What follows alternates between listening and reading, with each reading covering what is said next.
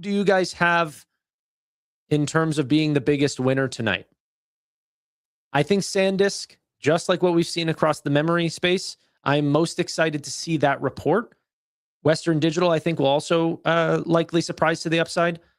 But then we are going to have, AppLovin end up showing off their numbers. Axon, these are likely to do very well also. Amit, how are you, brother? What's up, man? How are you? Doing well. I can hear echo. You can hear an echo. Yeah. Well, I can hear me. You can hear you. So let's do something to change that. Okay, that should be better, I think. Okay. No, not at all. Not at all. Why can you hear you? Okay, give me a second. I can hear myself perfectly.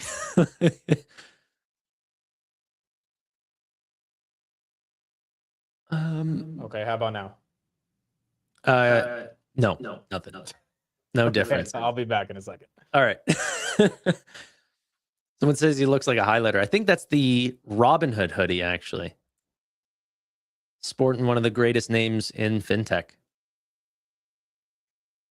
You guys, it's not just me, right? Everyone heard him? It does sound like the wrong mic. It sounds like a webcam mic or something.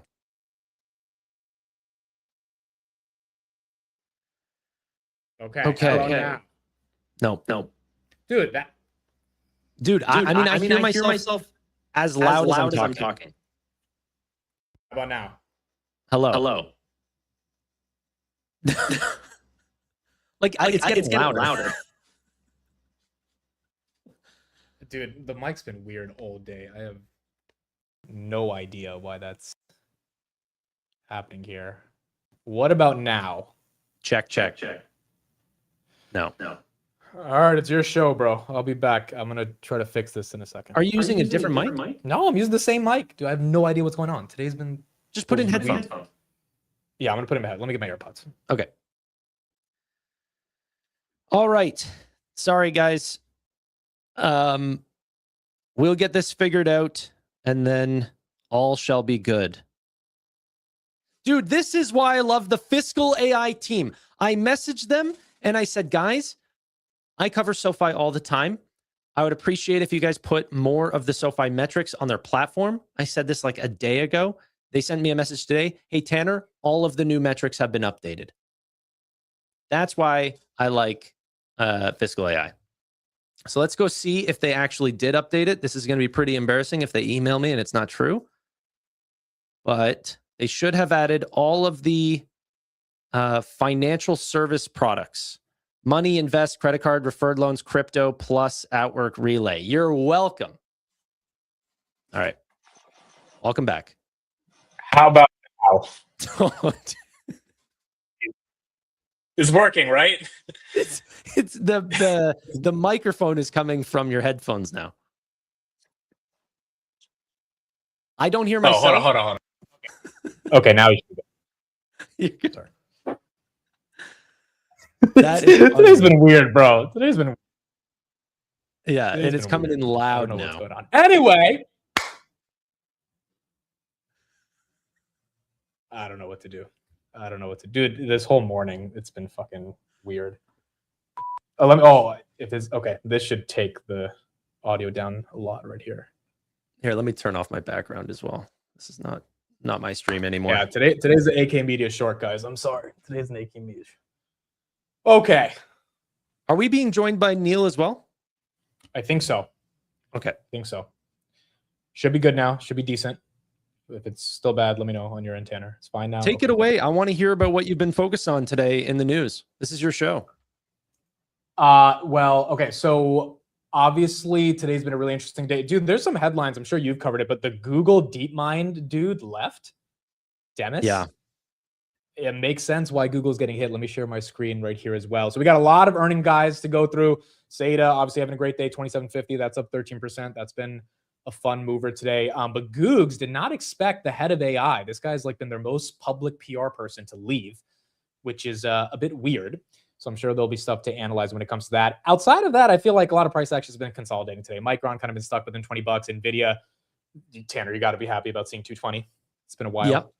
to get there. Yeah, he didn't leave Google, but he left his position as the head of DeepMind, or the chief AI guy. So I think that's why the market reacted to it. If he left the company itself, I think the market would be a bit more upset. But it is weird, right? Because this is the guy that talks about, staying up till 4 a.m. coding, thinking about AI stuff, and now he's moving into a more managerial role, which I think the market's questioning if Google's already behind Anthropic and Claude when it comes to agentic experiences in the enterprise.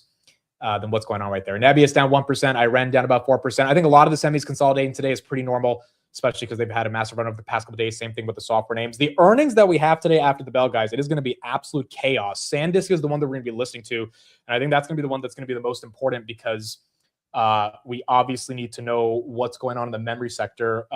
Western Digital is also today. That's important. Seagate crushed it. So I have no expectation for, and SK Hynix and Samsung crushed it last week. So I have no expectation for Sandisk to be bad. But nonetheless, those are going to be important. Then you have AppLovin, software stock, Melly, International, Duolingo. This one's actually had a really good run over the past couple weeks. Figma, I think it's going to be interesting. DoorDash, Axon, Elf, a lot of consumer different brands, IO and Q, Quantum. So I just think we need a solid day of continued earnings beats. I don't know which one of these names outperform. I'll do a poll in my chat. But yeah, Tanner, I know you know Micron really well. Do you know a lot of the internal dynamics around Sandisk, and do you have any kind of big expectations for it?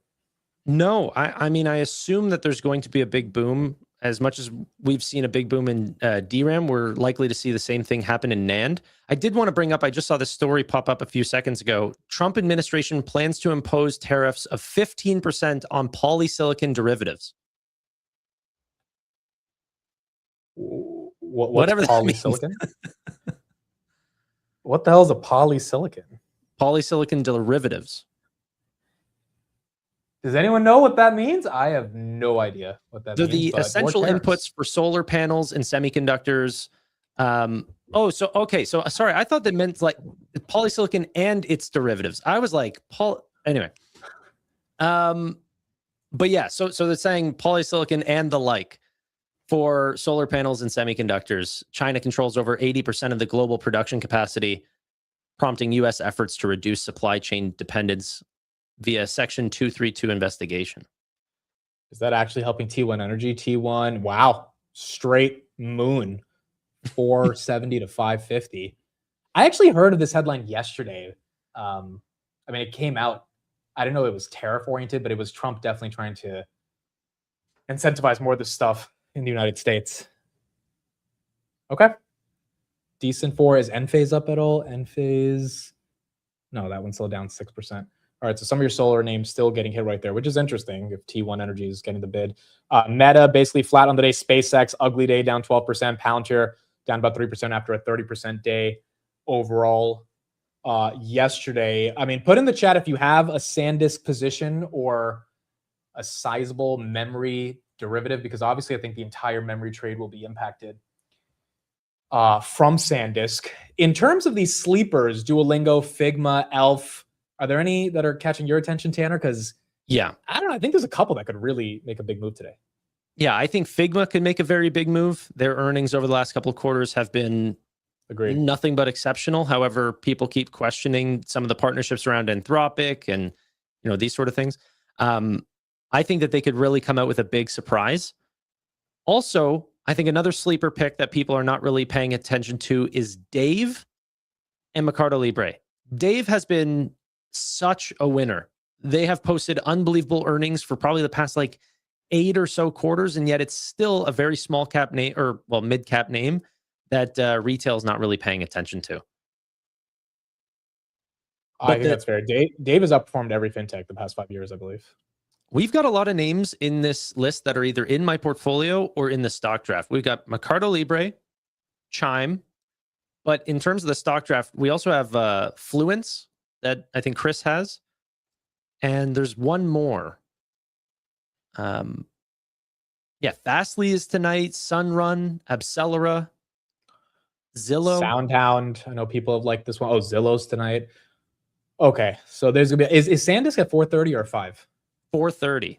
Okay, so we will have 30 minutes, folks, to really get through all the earnings. By the way, Burry just sold DraftKings and Flutter, so he's out. Wow. I don't understand why he bought them in the first place, but okay, so there are gonna be a lot of earnings that we have to look through.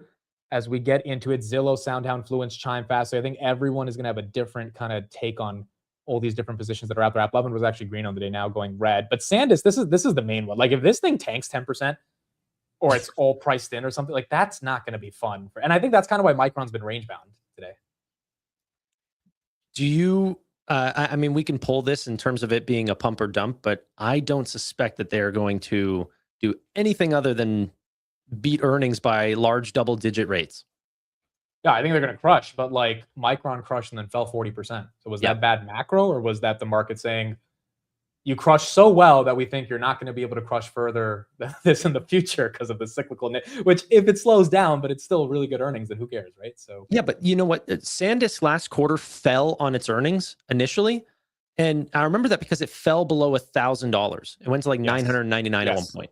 But that was 3 months ago, and now we're 36% higher. You know, so will it matter if over the long term, you know, people start to turn and look at this as being undervalued versus how much earnings they're actually putting up? I don't know. By the way, on my side, guys, let me know if the audio is way better from the morning, because if all I had to do was put in AirPods to fix it, then you guys will see me with AirPods on for the foreseeable future. If that's all it took, then that's amazing. That's amazing. Yeah, I agree. I put the poll in the chat. 63% of people say Sandisk is the one that is going to outperform. Then you got Figma, App 11, Duolingo. It's all good. It's all good. All right. AirPods, baby. Shout out to Apple. That will be part of the attire every day. Duolingo is still down 23% this year, even though it's up from 90 in the April lows. Yeah. Duolingo is also in the draft. Matt picked that. Matt did pick that as well. Elf, I know a lot of people like that one. This has made like a 40% move, or I think, no, it's made like an 80% move in the past month. So again, same thing like AMD. Maybe it just ran up too much into the print, but will give us an expectation of what's going on with the consumer. What did people do today? Any moves in the chat? Bought, sold? Tanner, did you buy, sell anything?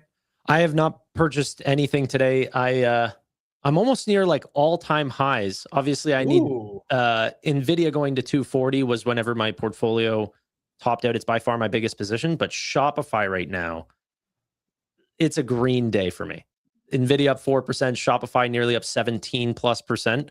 Those are my two biggest names in my portfolio. Yeah, I've never experienced a Shopify green day until today. So this was fun. I'm happy you're in it with me, man. This is it was a great earnings call too. I don't know if you listened or not. I've not listened to the earnings, but the growth was phenomenal. And I think that's, you know, you buy companies where the growth is amazing and it's reaccelerating and they disprove the narrative. I think Shopify and Zeta in particular proved today that when the noise is the loudest and people are talking and chirping, if you just know what you're buying and you're buying at the time when everyone hates it, that is where you make money. Like Shopify was under 100 for like a month. Zeta was under 20 for like a year. Like it was at 21 last night. Like, so there's opportunities to just buy if you believe in something, and the market eventually catches up, right? Sometimes it takes a long time, but eventually the market needs to allocate capital to growth. So I see a bunch of people in the chat here took some profits throughout the day. A bunch of people sold some Zeta, sold some AMDs today. Obviously that one, we covered it yesterday, great earnings, but just got ahead of itself in terms of the actual valuation, down 6%. SpaceX actually had a big bump in the morning, and now it's right back down to the lows of the day at 14%. So I don't know. Are you getting this name at all? SpaceX? Yeah. No. Like if this gets down to 90, are you interested? Nope. I know too many people that are going to be dumping their bags on me if I buy it. Like I just feel weird buying it. So I'm not interested right now, but look, now if it's 90 in a year and the company's grown so much, maybe it's more interesting, but I think there's other opportunities. Robinhood, again, a little bit of a dump into the close, 92.90, did hit 95 today. End phase down 6. We got about a minute. All right, folks, here we go. Sandisk, it's a big one for memory. It will kind of determine the trajectory of some of these other memory stocks. Figma app, I think, could be really important for SaaS. Obviously, we got Duolingo. Overall, S&P did hit 776. We're closing red, as we probably should, because it has been a massive 2 days. It'd be kind of crazy if we were up another 0.5% or 1% today. So I think today's been good consolidation. Hopefully, we just get some good earnings to keep this going. I'm happy to be here joined with you, man. It's greatest time to be covering the stocks is during earnings. It's fun. Thank you all for being here. We got a lot of earnings to get into. 4:30, we got Sandisk. It is now Wednesday, August 5th, 4 p.m. The stock market is closed.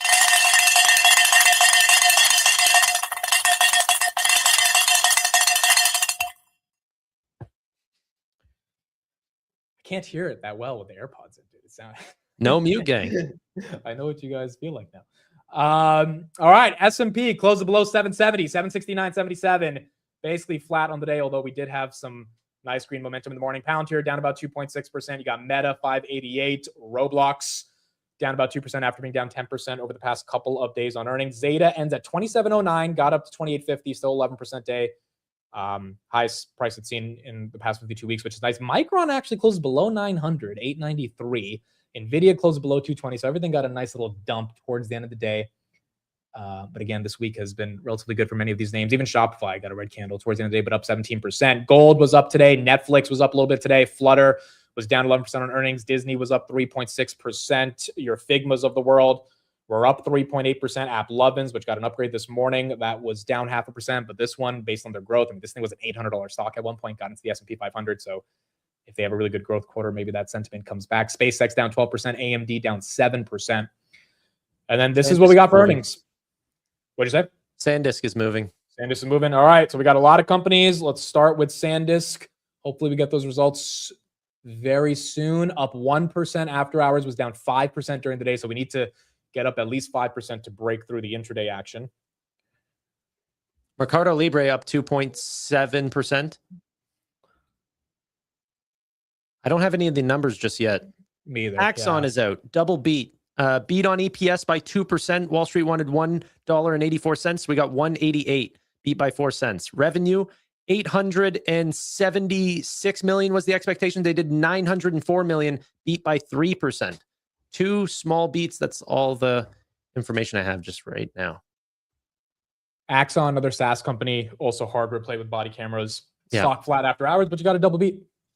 This thing was like at 300 at one point this year, so it obviously has made a pretty big move. Okay, Western Digital. This is also in the memory space today. Oh no, that's down 7. Sandisk is flat. I don't like that for Sandisk if Western Digital is down. Duolingo's up 7.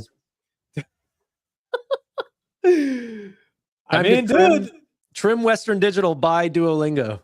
It fell 80% at some point. It had to make a move, right? There you go. That's up 7. Western down 4. Sandisk down 2. I don't like the sign of this. I don't have exposure to memory, but I do not want memory to tank. That really messes with high beta. Western Digital double beat, but revenue beat by 1%.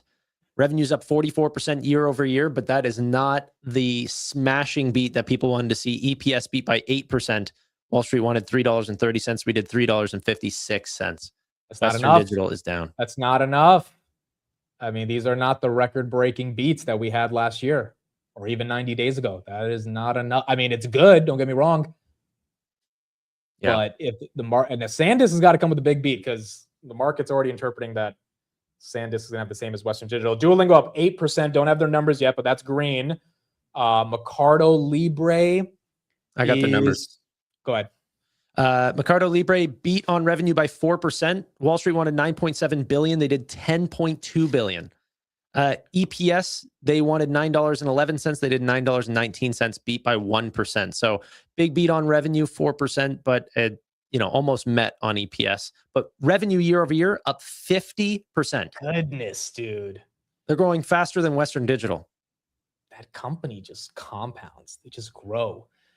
We have Square, which is up 3. Adjusted operating income 875 versus 865. That's a beat by 10 million. This is the company that did 60% of layoffs last quarter.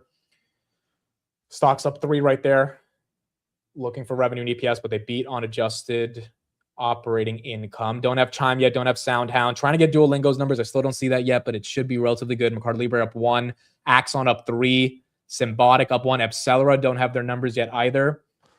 Really big beat on Western Digital's Q1 guide. So for next quarter, they're expecting a big beat on adjusted EPS and revenue. That was higher than Wall Street expectations.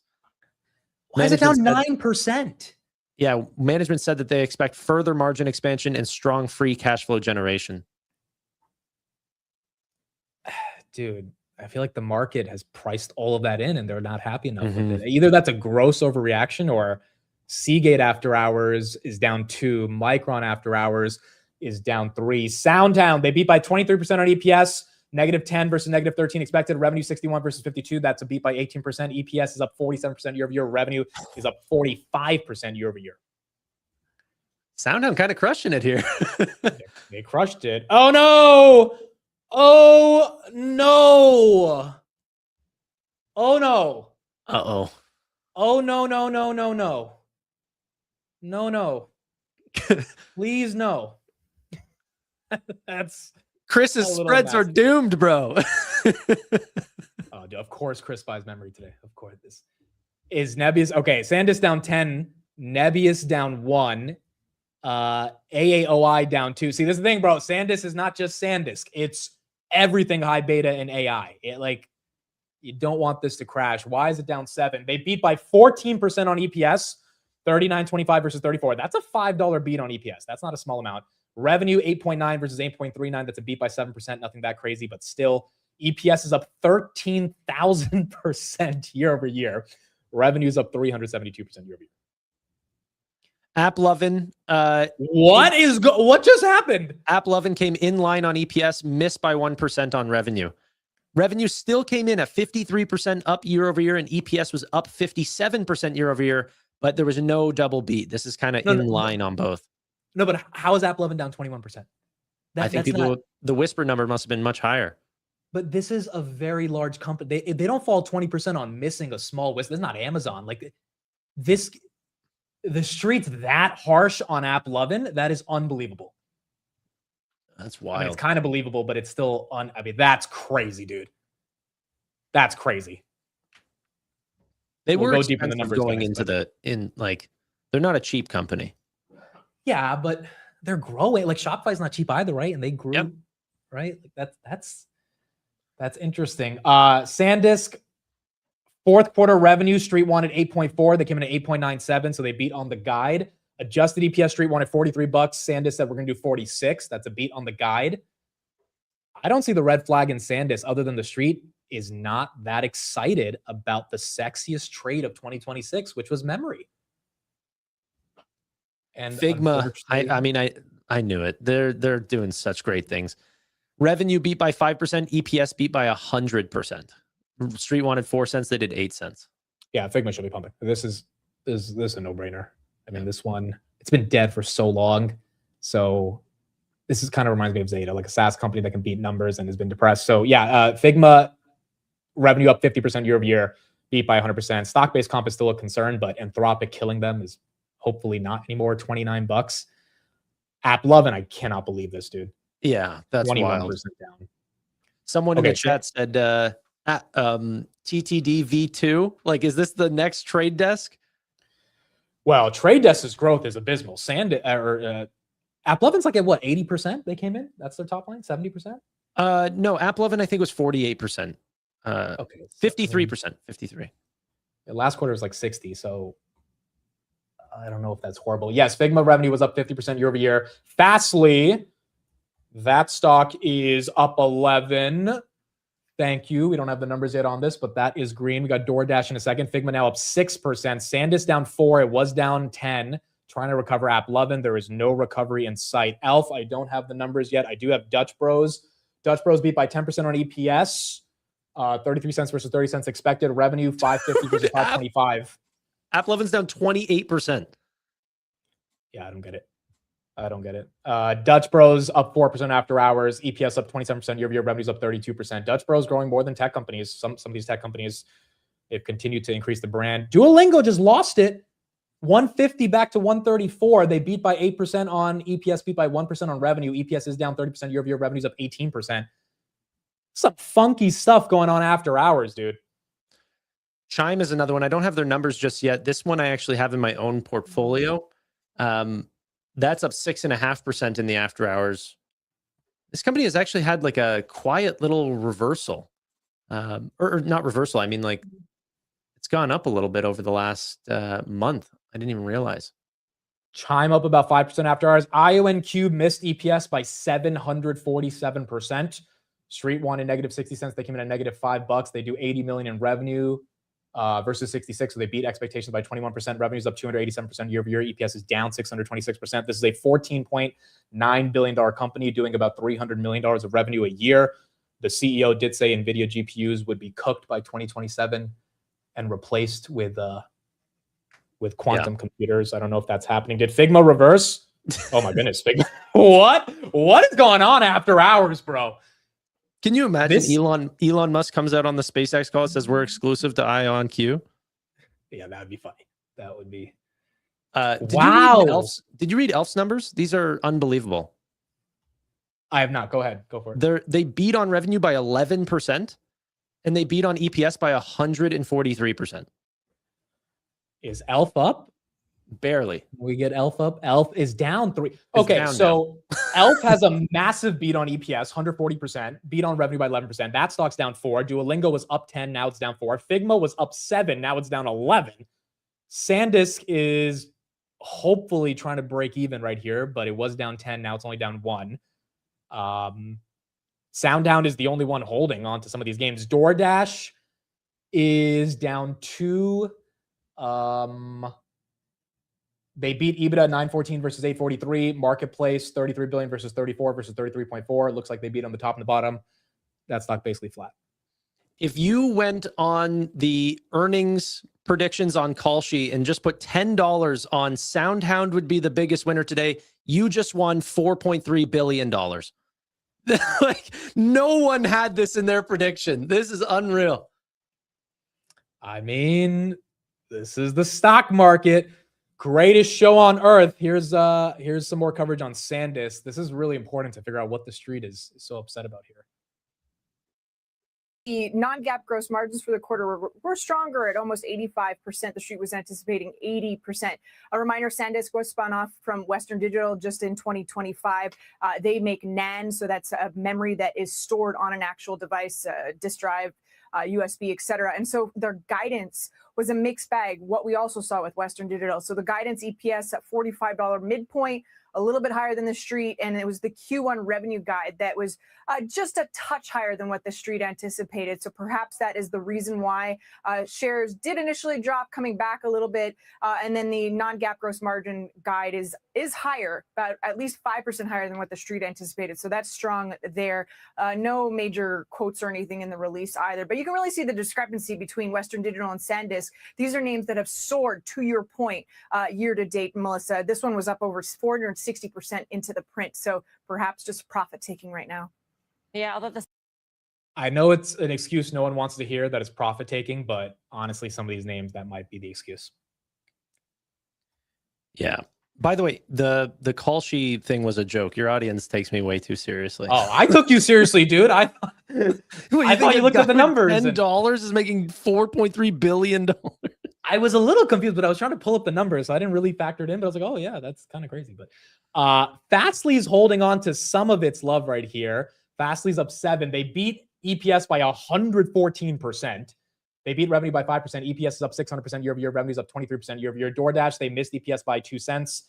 46 cents versus 47, missed by 2%. Revenue, they beat by 3%. EPS is down 29% year over year. Revenue's up 36% year over year. Elf, I don't know why this is falling off a cliff after beating earnings by 170%.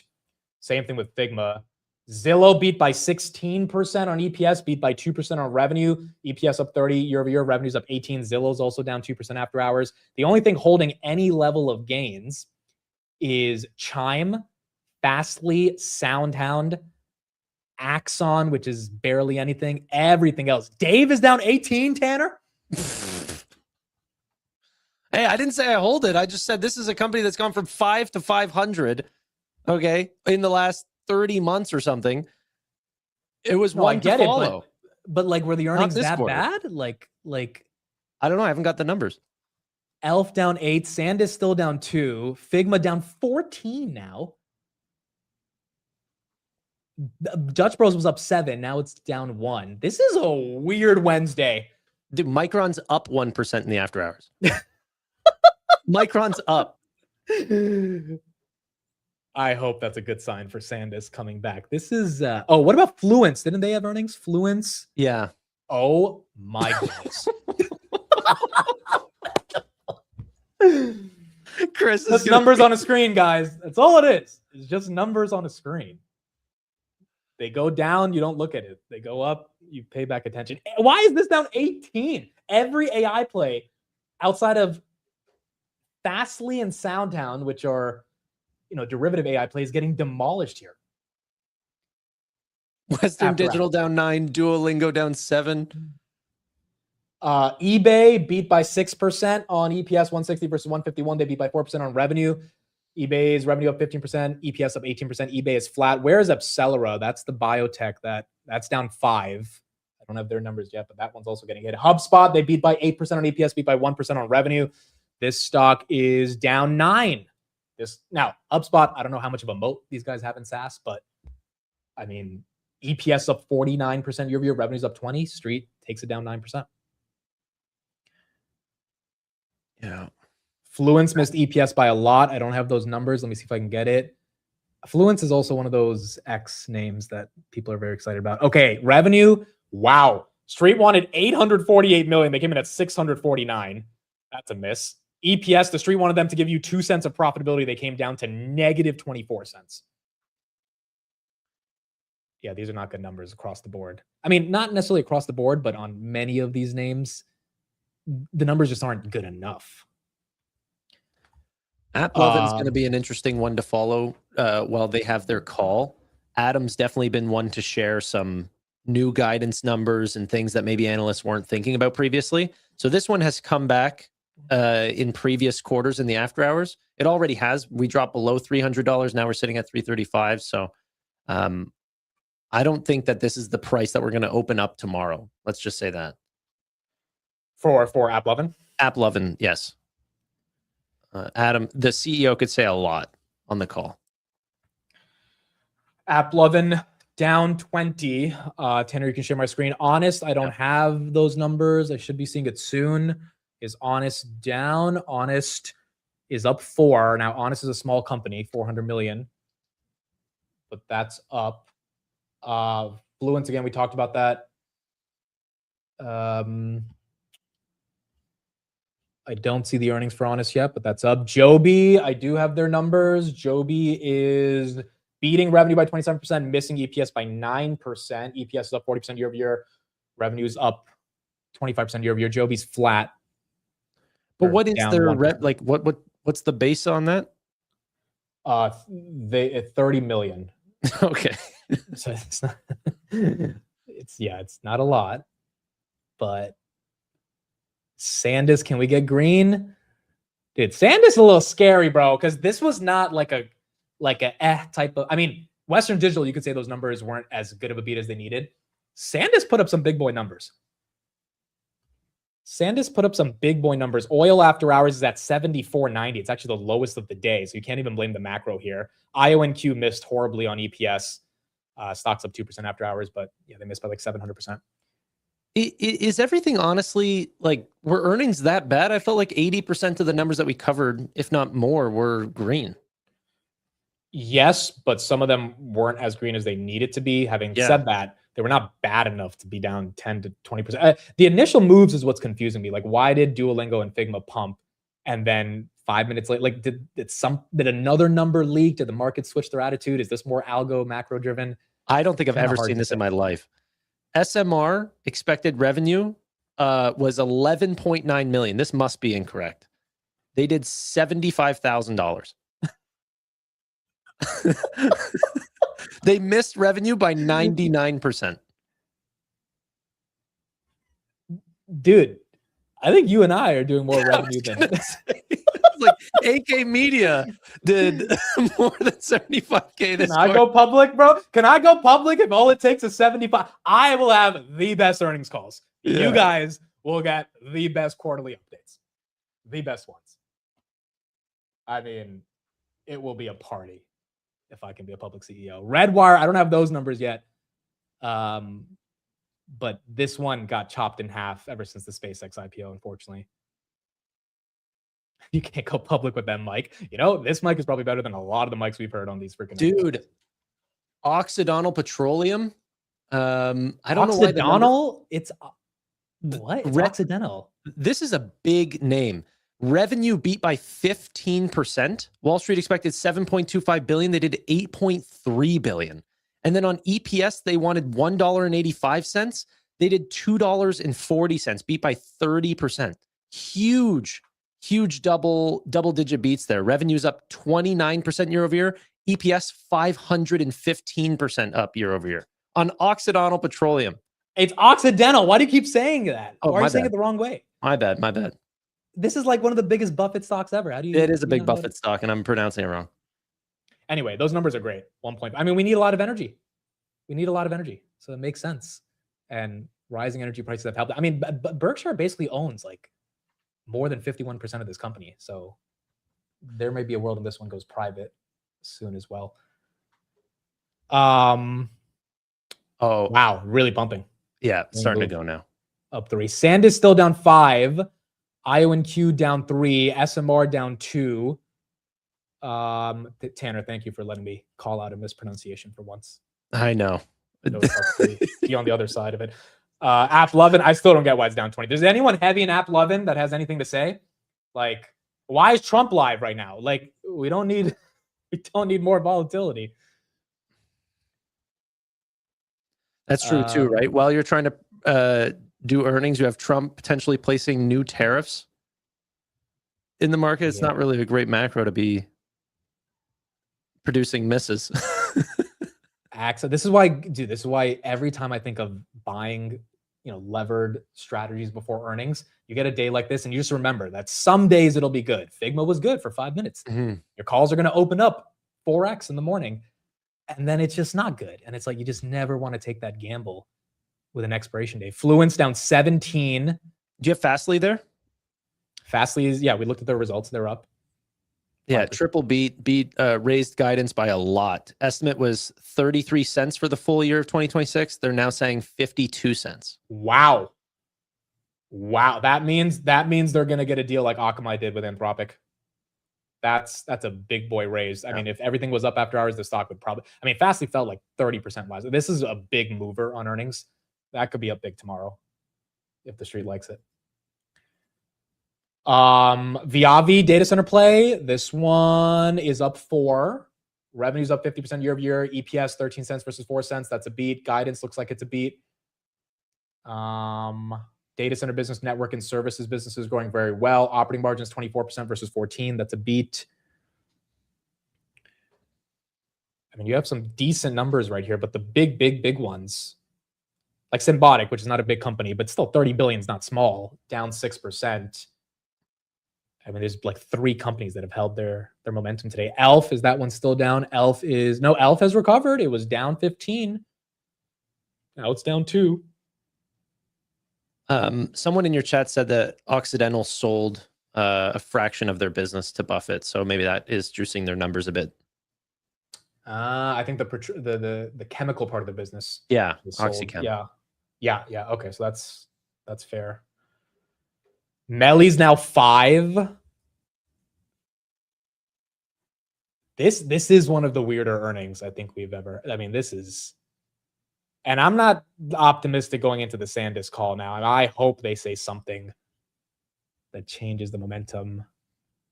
Is Centrus Energy today? Is it LEU? That stock is flat. I'll see if I get their numbers, but I don't see them or Redwire yet. HubSpot reported as well. They're down 11.7%. Or let me actually check. That was a little while ago. Okay, June. I don't see Centrus's numbers. App down 23. Solaris Energy, that stock is up 6. I don't see their numbers either, but that one getting some love. $5 billion company, small one. IONQ down 4. HubSpot did a double beat and then missed on guidance. They're down 14% right now. Hubs is the ticker. I don't know if you have it. Yeah. Some more color on Sandisk. So the guide for Q1 was a little light. Street wanted, I think Tanner mentioned that, 11.1. They came in at 10.8. EPS guide was a beat, but only by 50 cents. Data centers up 130% Q over Q. Edge is up 392% year over year. Consumers down 5% year over year, but consumer is not that relevant. Qualcomm had the same issue with phones, right? Like really, it's the data center business that matters. They just authorized 14 billion of buybacks, so they have 15.5 billion remaining. We closed 2026 with a leading technology portfolio, established data center as a key growth pillar, and deepened our commercial customer partnerships. You know, the issue here, once again, is when you look at their stock, like over the past, not even 3 years, but past year, it gets kind of stupid, right? I mean, this is the stock. $27 to $2,300, now to $1,290. Like one could say the alpha has been achieved, and now the question is, should it trade at a multiple that it deserves, that a tech company should get, or is so much of the alpha baked in, and there's so much fear around DRAM and NAND prices, HBM, that the street says we don't want to take the risk right now. Chris's fluence in his stock draft is now down 21% in the after hours. Mind you, this is his most read name in his portfolio already. Yeah, I think that there was some hype on this on X as well as an energy play. I mean, look, these names can rebound 20% the next day. Yeah. So the move is the move, but it's also just like, why? Like you know, are the results that bad? Because, you know, these are smaller plays to the whole picks and shovels bottleneck trade. So if that trade is dying out, there's a lot of people that are just tourists for that trade. They don't actually want to hold these names for a long time, which means they're going to be out. They're going to sell. Bitcoin, why is BT? Wow, to make tonight even weirder, Bitcoin goes up while everything gets hit. It's not going to matter in 10 years, right? Money's not going to be here. Enjoy it, ladies and gentlemen. Dude, Figma's down 16. I don't have a position, but I've been looking at Figma for a while. I wouldn't mind if this thing gets back into the very low 20s, because 50% growth, like in Anthropic, I don't think is going to kill their business. I have to do more work on it, but if the street's going to send it down for that, maybe there's a stock-based comp issue the street's upset about. So what's the fair value price on Figma? I mean, I think Adobe tried to acquire them at 20 billion market cap years ago. Yeah, right now market cap's 14 billion. I don't know. I'm doing a lot more. I'm trying to understand Dylan Fields as a CEO. I'm trying to think, like, is he the guy that you could count on for the next 10 years? I think he is, but I don't know. And like, it really comes down to that a lot with everything. But the Anthropic thing was why that stock was at 16. People look at them from 150 to 30. I think that's unfair. Like, it pumped to 150 just because of the market being stupid. But more accurately, 16 to 30 has been the range it's been swinging behind, and move back to 20 would be a bit more interesting. Salesforce is down after hours, is it? Oh my! That doesn't happen randomly. 4% on Salesforce. What do they say? Salesforce, there's got to be something.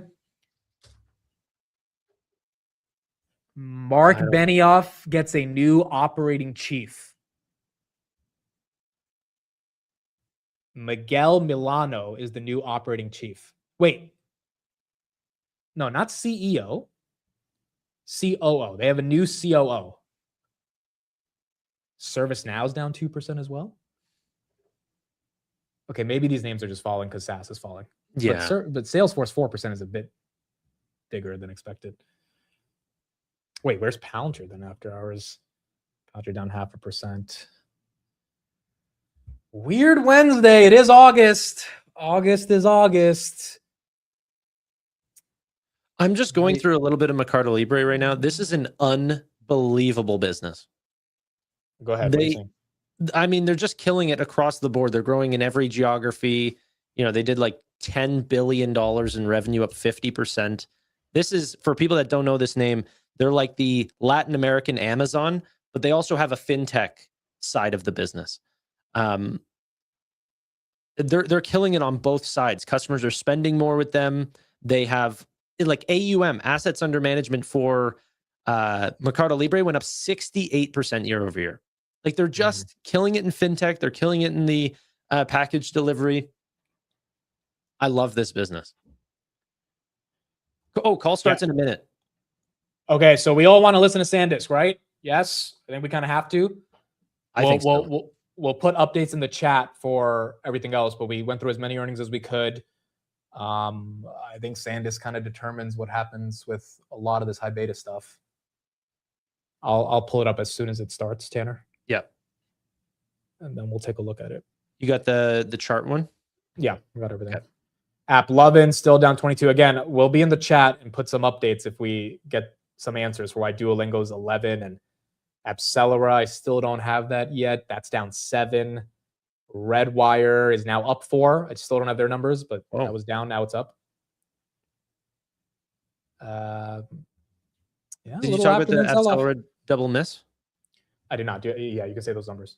I don't have the exact percentages here, but yeah, it was a double miss. Expectations for revenue was, or sorry, no, I only have EPS. EPS was supposed to be negative 14 cents. They did negative 18 cents. Revenue fell 76%. Oh my, year over year? Yeah, year over year. Okay, that's a bit aggressive. Redwire lost 22 million versus 29.5 million. So that's why that stock is up. The call is still not live yet, guys. As soon as the call is live, we'll play it. It is not live yet. Fastly is reversing. Centrus Energy 176 versus 149. That's a beat. This is a nuclear play. LEU's up 4. Okay, market's at least liking that.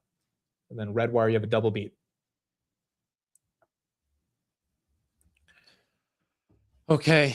Pray for my Micron position during the Sandisk call. Soundhound, man, they really, really beat. I wonder if that's worth looking into or if that's still kind of a little bit of a meme stock. Okay, I got the Sandisk call. Let's pull it up. Our annual report on Form 10-K and our other filings with the SEC for more information on the risks and uncertainties that could cause actual results to differ materially from expectations. We will also make references to non-GAAP financial measures today. Reconciliations between the non-GAAP and comparable GAAP financial measures are included in the written materials posted in the investor relations section of our website. With that, I'll turn the call over to David. Thanks, Ivan. Good afternoon, and thank you for joining Sandisk's fiscal fourth quarter earnings call.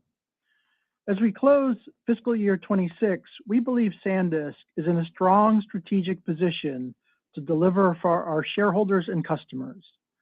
The strategic actions we have taken over the past year have established a stronger foundation through technology leadership, longer-term customer partnerships, financial flexibility, and operational capabilities, which collectively position us well for the next stage of execution, growth, and shareholder returns. Over the past year, we strengthened our portfolio with BiCS leadership across both TLC and QLC and the continued advancement of high bandwidth flash. Established data center as a major pillar of growth, deepened customer relationships through multi-year shareholder returns. Over the past year, we strengthened our portfolio with BiCS leadership across both TLC and QLC and the continued advancement of high bandwidth flash. Established data center as a major pillar of growth, deepened customer relationships through multi-year partnerships enabled by our new business models, our NBMs, with momentum continuing to build during the quarter. We reinforced our supply chain and transformed our business model with a net cash balance sheet and a capital allocation framework designed to generate growing and durable free cash flow to reinvest in the business and return excess capital to shareholders. The fiscal fourth quarter provided our clearest proof point yet. We delivered record revenue, gross margin, and earnings per share, each above the high end of our guidance, and repurchased $4.5 billion of company stock.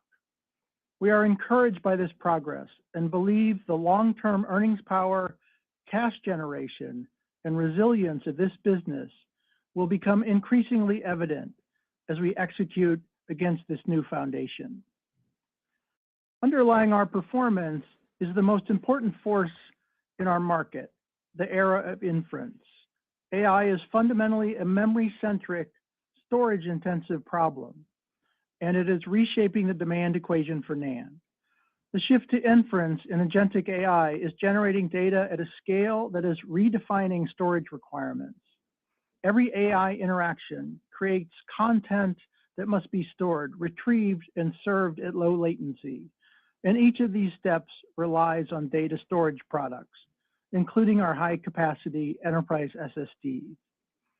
NAND is the most scalable semiconductor technology in the world, and it has become a critical component of the AI architecture.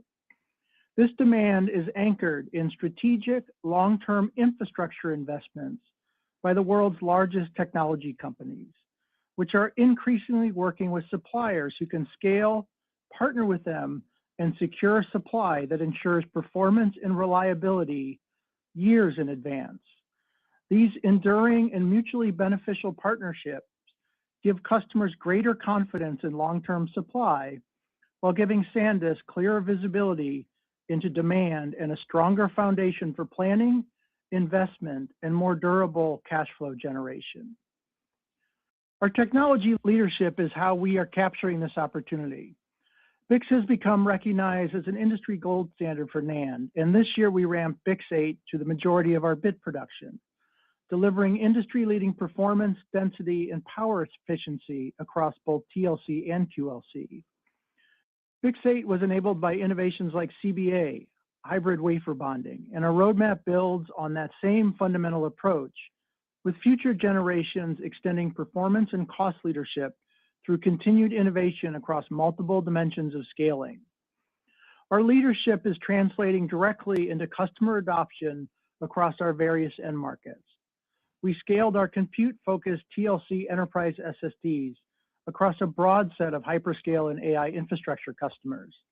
And this quarter, we began shipping our QLC Stargate platform for revenue, giving us a complete complementary portfolio spanning performance-intensive compute workloads and high-capacity AI data lakes. A year ago, data center represented roughly 12% of our bits. Exiting fiscal year 26, it represents 38% of our portfolio and is our fastest growing end market. Our technology leadership also extends well beyond data center. Edge remains a large and strategically important end market for Sandisk, spanning smartphones, PCs, tablets, and an expanding set of emerging use cases in the realm of physical AI, including automotive, robotics, and on-device agentic AI. Near term, both PCs and smartphones are working through a period of adjustment as demand is shifting towards AI-enabled devices and premium configurations, driving higher storage content, particularly in smartphones. In the PC market, OEMs are growing revenue and expanding margin on a more profitable mix, reflecting demand for higher-end devices. We expect these markets to return to growth in calendar year 27, and over the longer term, on-device AI, richer content, and entirely new form factors will continue to expand the role of high-performance flash at the edge. Our ability to deliver high performance, density, and power efficiency positions us well as these platforms evolve, and we expect increases in content per device through future refresh cycles. Sandisk's global consumer presence remains a meaningful differentiator within the industry, giving us a unique connection with end users and channel partners. We continue to invest behind the brand, sharpen our go-to-market capabilities, and innovate around the products, capabilities, and experiences that consumers value. Our ability to innovate at this level is enabled by our operational excellence. Sandisk manages the entire value chain, from the design of the NAND die through front-end wafer manufacturing at some of the largest fab complexes in the world with our JV partner, to system-level design, including our world-class controllers, and final back-end assembly and test, all the way to the hands of our customers. This end-to-end integration, combined with our R&D depth, proprietary BiCS systems expertise, and the market diversity that gives us the optionality to direct our technology where it delivers the most value, is what enables us to serve customers at attractive returns. Just as important, We grow supply primarily through nodal transitions rather than wafer additions, delivering mid to high teens bit growth from the productivity of our technology roadmap, with capital intensity that continues to decline as a percentage of revenue. This is a structural advantage and what makes this franchise such a powerful cash generator. With that, I'll turn the call over to Luis for an update on our new business models and a deeper dive into our financial performance and guidance. Thank you, David. Fiscal year 2026 was a transformational year for Sandisk. We exited the year significantly stronger than when we entered it. We believe that we're well positioned to create sustainable value for customers and shareholders. Our new business models, or NBMs, reflect the stronger and longer-term partnerships that we're building with our most strategic customers, the value they place on our technology and products, and the confidence that they have in their demand. Our revenue growth, margin expansion, and asset efficiency enables us to deliver leading free cash flow per share and therefore generate an attractive return to shareholders. Since announcing 5 NBMs during our April earnings call, we have signed 5 additional agreements, 3 NBMs with new customers, and 2 deals expanding on previously signed NBMs. These extensions reflect our customers' strengthening demand exceeding their prior estimates. One of the 5 signed deals, 3 closed before the end of the fourth quarter and 2 closed after quarter end. In total, we now have NBMs with 8 diverse data center and edge customers and reflect the conviction our customers have in their long-term demand and the value they place on Sandisk. The length of our NBMs varies, extending up to 5 years with a weighted average duration of over 4 years. We expect our NBMs to represent more than 50% of our bids in fiscal year 2027 and approximately 2/3 of our bids in fiscal year 2028. NBMs are quickly becoming our predominant way of doing business. We will continue supporting our non-NBM business with uncommitted supply. Pricing for our NBMs include both fixed and variable elements, with a variable portion subject to floors and ceilings. We expect attractive margins even at floor pricing. Pricing of our non-NBM business will fluctuate with the market. The total expected revenue from all our NBMs we have signed is a minimum of $93.9 billion, assuming floor pricing. We believe actual revenue will be above that minimum. The remaining performance obligation, or RPO, at the end of the quarter was $59.8 billion and would be $91.1 billion, including the 2 NBMs signed after the quarter closed. The difference between the total NBM revenue and the RPO is the revenue that has already been recognized. Each one of our NBMs includes financial guarantees through a combination of cash deposits and financial instruments totaling $16.5 billion, which are intended to protect Sandisk if a customer fails to satisfy its purchase obligations under these agreements. These funds and financial instruments are mostly held by or provided through third-party financial institutions, with the remaining in our cash balance. For each of the existing deals, the financial guarantees are released towards the end of the agreement, so the ratio between the financial guarantees and the remaining performance obligation increases over time. Our NBMs are built on clear and detailed supply and demand agreements, defined by year and by quarter. These features provide clear visibility for our operations and additional financial protection. Overall, we're pleased with the 8 customers we have signed, as they strengthen our strategic partnerships. We expect these relationships to last for many years and to enable our customers to continue building exceptional products for their end customers. Going forward, we will remain highly selective in evaluating additional NBMs. The key characteristics we look for are strategic customers that value our products, duration of around 5 years, growing volume requirements, and attractive financials that enable us to invest in the business while generating a sustainable return to our shareholders. We will be patient in these evaluations. With that update, I will turn to the results for the quarter. Revenue for the fourth quarter was $8,965 million, up 51% sequentially and 372% year-over-year.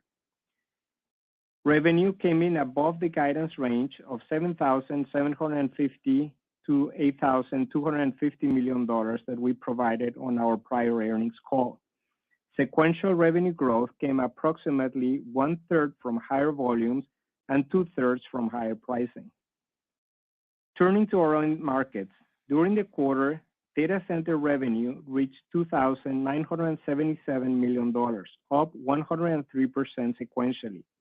Edge revenue reached $5,432 million, up 48% sequentially. Consumer revenue was $556 million, down 32% quarter-over-quarter.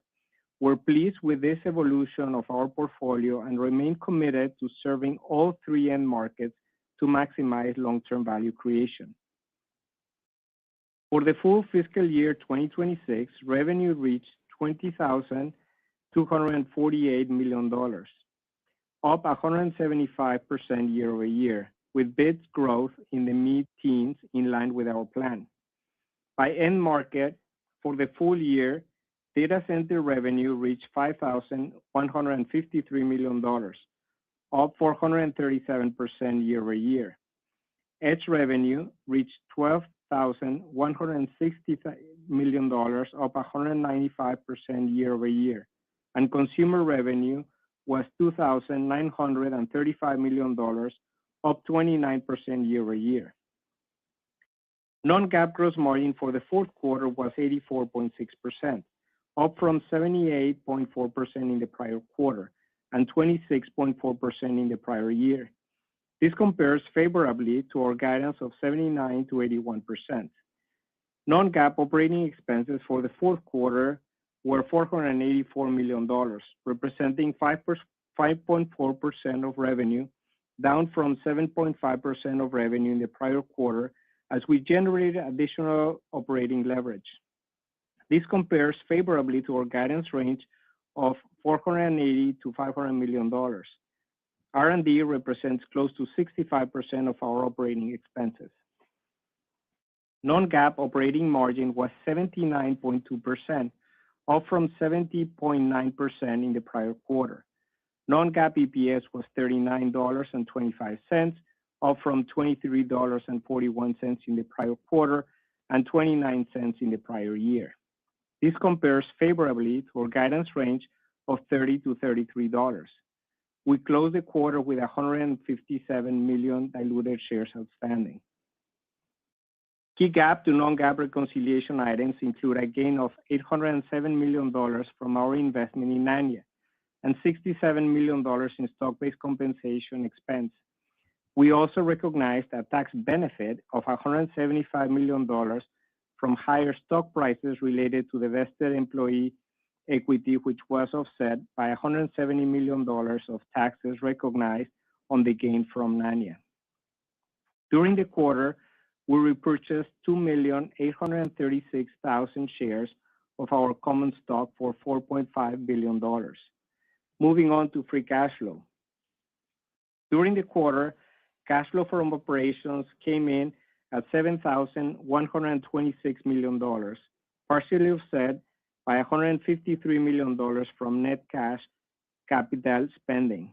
Gross capital expenditures totaled $562 million, representing 6.3% of revenue. We generated $5,035 million in adjusted free cash flow, which represents 56% margin. This excludes $1,938 million in NBM prepayments and deposits, which are included in cash flow from operations.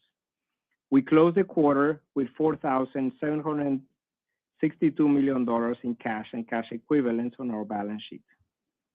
With that, let's move on to guidance. We expect the NAND market to continue growing at an accelerated pace, supported by AI inference as a tailwind. We estimate the NAND market will exceed $300 billion in revenue in calendar year 2026, up 3x year-over-year. Looking further ahead, we estimate that the NAND market will approach $500 billion in revenue in calendar year 2027. Within this time frame, we expect data center share of total TAM to expand from approximately 30% in calendar year 2025 to approximately 50% in calendar year 2026, and to continue outpacing the market in 2027.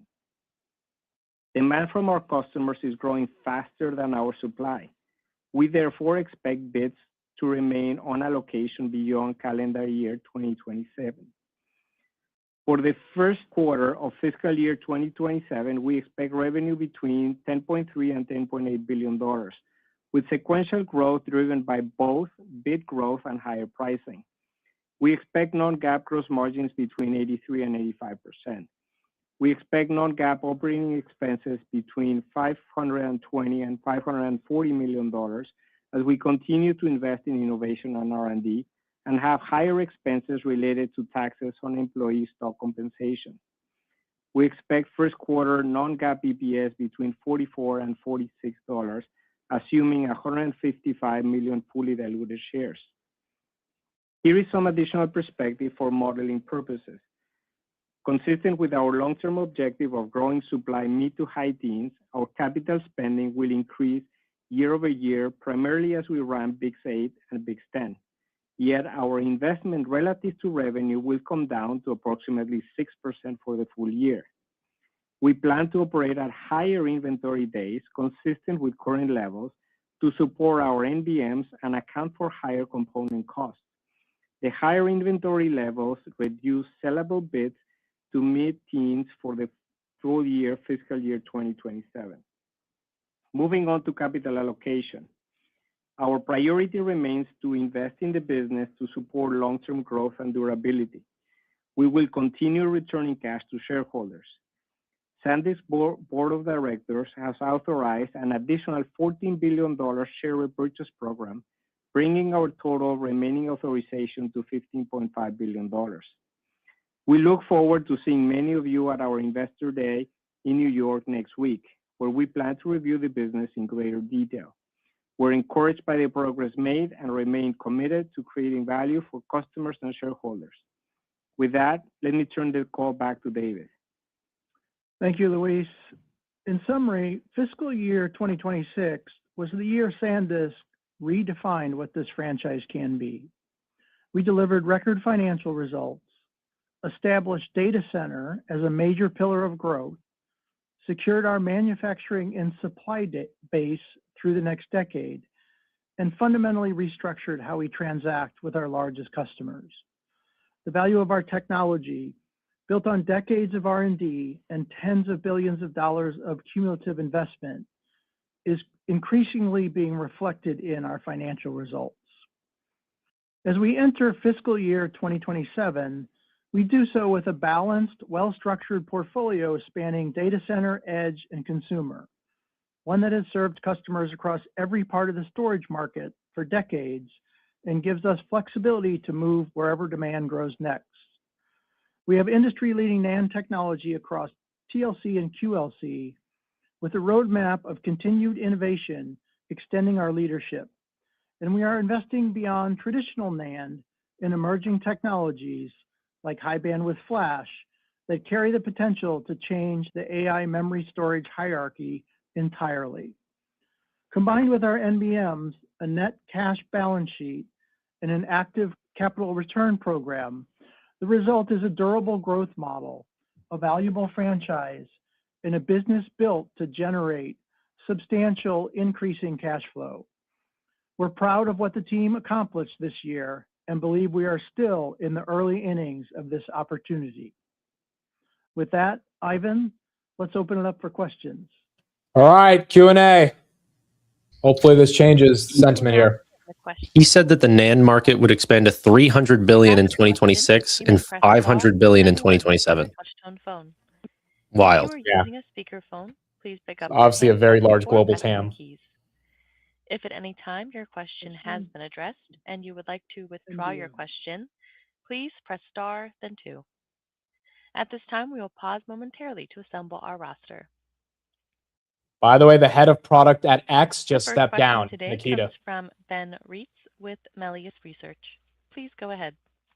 Yeah, hey guys, how are you? Ben. Thanks for the question. I wanted to ask maybe two things. Last quarter you talked about the MBMs were being signed in this 80% margin range. I know there's a lot of puts and takes with regard to pricing. I was wondering if you can talk about, whether it's in that ballpark or if it's kind of trending actually more towards the guidance for the next quarter. I would think it's more in the 80 ballpark. And then I have my follow-up is with regard to buybacks. If we just round up to 5 billion per quarter, I know the authorization isn't this big, but if you commit to buying 5 billion a quarter, that's, and you do that over the next 4 quarters, that's about 10% of your market cap. I mean, is that the kind of buyback magnitude we should be thinking of, or is it too early to kind of call the pace? Thanks. Hey, let me take the second one, and then Luis can take the first one. So we plan to be, we're walking into the buyback program. We're our second authorization now. You saw we had a $6 billion authorization. We executed $4.5 billion in the first quarter of that. Now we've reauthorized another $14 billion. We expect to be very consistent in our execution of this program. We have a lot of confidence in the cash generation of the portfolio. Ben, to your first question, and Luis will talk about the margins, but we spent a lot of time over the last 2 or 3 quarters really working very, very deeply with our largest customers on committing demand. We have over 4 years of visibility now. So we feel very good about where the franchise is. And, I'll just speak personally as somebody that's been managing this franchise since March of 2020.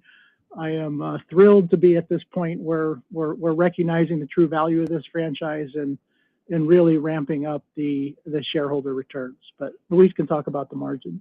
Yeah, Ben, we, not to pick a specific number, but we do expect to be around 80% for the new business models. As you know, there is some upside as prices continue to go up. We'll capture some of that upside as well. But we feel very good about the work we've done. We'll talk about more about the MBMs, I'm sure, but you've seen there are not a lot. There are really meaningful deals that we did with 8 very strategic customers of ours. So we feel very good about that. Thanks a lot, guys. Appreciate it. Sure thing. Thanks, Ben. The next question comes from Mark Newman with Bernstein. Please go ahead. Hi, thanks for taking the question. For your Q4, I don't think you've given, obviously Q4 strong results. I don't think you've given the breakdown yet on the volume growth. You've given some numbers for the year, so we've got some pretty good estimate. But I wonder if you could give some clarity on what's in there for Q4 for volume, and also in the Q1 guide, particularly for the Q1 guide. It seems a bit lighter compared to expectations. Its share price been down a bit last time I checked in the post-market. I just wondered if that is volume related or if that is because the locking in of pricing and so less price upside, or perhaps a bit of both, or is it a bit of conservatism? Really appreciate it. Thanks.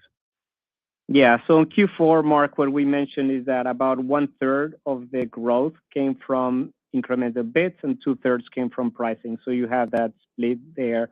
And obviously, as you compare us versus others, there is a different timing on when price increases were taken. So you have to look at things over several quarters to really understand where we are, because we took significant pricing the prior quarter. If you look at Q1, we expect both the growth to come from both bits growth and modest price increases. So we expect both of them to be contributing to our revenue growth. Okay, great. Thanks very much. Sure, Mark. The next question comes from David Gibson with MST. Please go ahead. Thanks very much. Great quarter. Two questions. I'm just wondering if NVIDIA's context memory CMX standard and their plans for storage next are opportunities for you with products to come. And then the second, you announced the other day the global standard with SK Hynix for HBF. Just wondering how far out are we talking about for samples of such a product? Are we 1, 2, 3 years away? That's my question. Thank you. So David, sure. So look, there's a ton of innovation going on right now in inference memory architectures, which we think is fantastic, very healthy. There's a lot of different ideas. We're gonna dive into this a little deeper next week at our analyst day, where we'll actually go into how we think about the problem and kind of how you dimensionalize it. But yes, all these are opportunities for us. We think, especially inference is a memory-bound problem. Storage is extraordinarily important to the equation. We showed some stuff in our FMS keynote just a couple of hours ago about how, when you use HBF, how we simulate performance and maybe break through some bottlenecks. So we think there's an enormous amount of innovation happening as we scale inference. We think it provides an enormous opportunity. The biggest thing, the way we're thinking about this is staying very close to our customers, because they're going to be the ones that define what the architecture is in the future. I mean, all of us as suppliers will provide a lot of good ideas to that. We'll work with them closely on, which ones are going to be the predominant ones for what they're optimizing for. And these are really where our NBMs, we think they're extremely important in that we have NBMs with, several of the largest hyperscalers in the world. They've given us forecasts years into the future that include, quarter by quarter, month by month mix. So we know very clearly what products they're going to deploy and the intensity that they're going to deploy them in. And it keeps us very close to the conversation as their deployment architecture changes. It lets us reflect that in our roadmap appropriately. So, there's a lot of good ideas out there, a lot of, flashing green light for innovation. We know we're a super innovative company, and we think that provides nothing but opportunity. Now, on your second question, HBF is something that, we announced almost a year and a half ago now. It was very much targeted at this whole idea that inference was going to require a different storage and memory architecture. We feel very good about where that product is at. We'll tell you a little more about, where we're at specifically next week, but we feel very good about deep conversations with customers.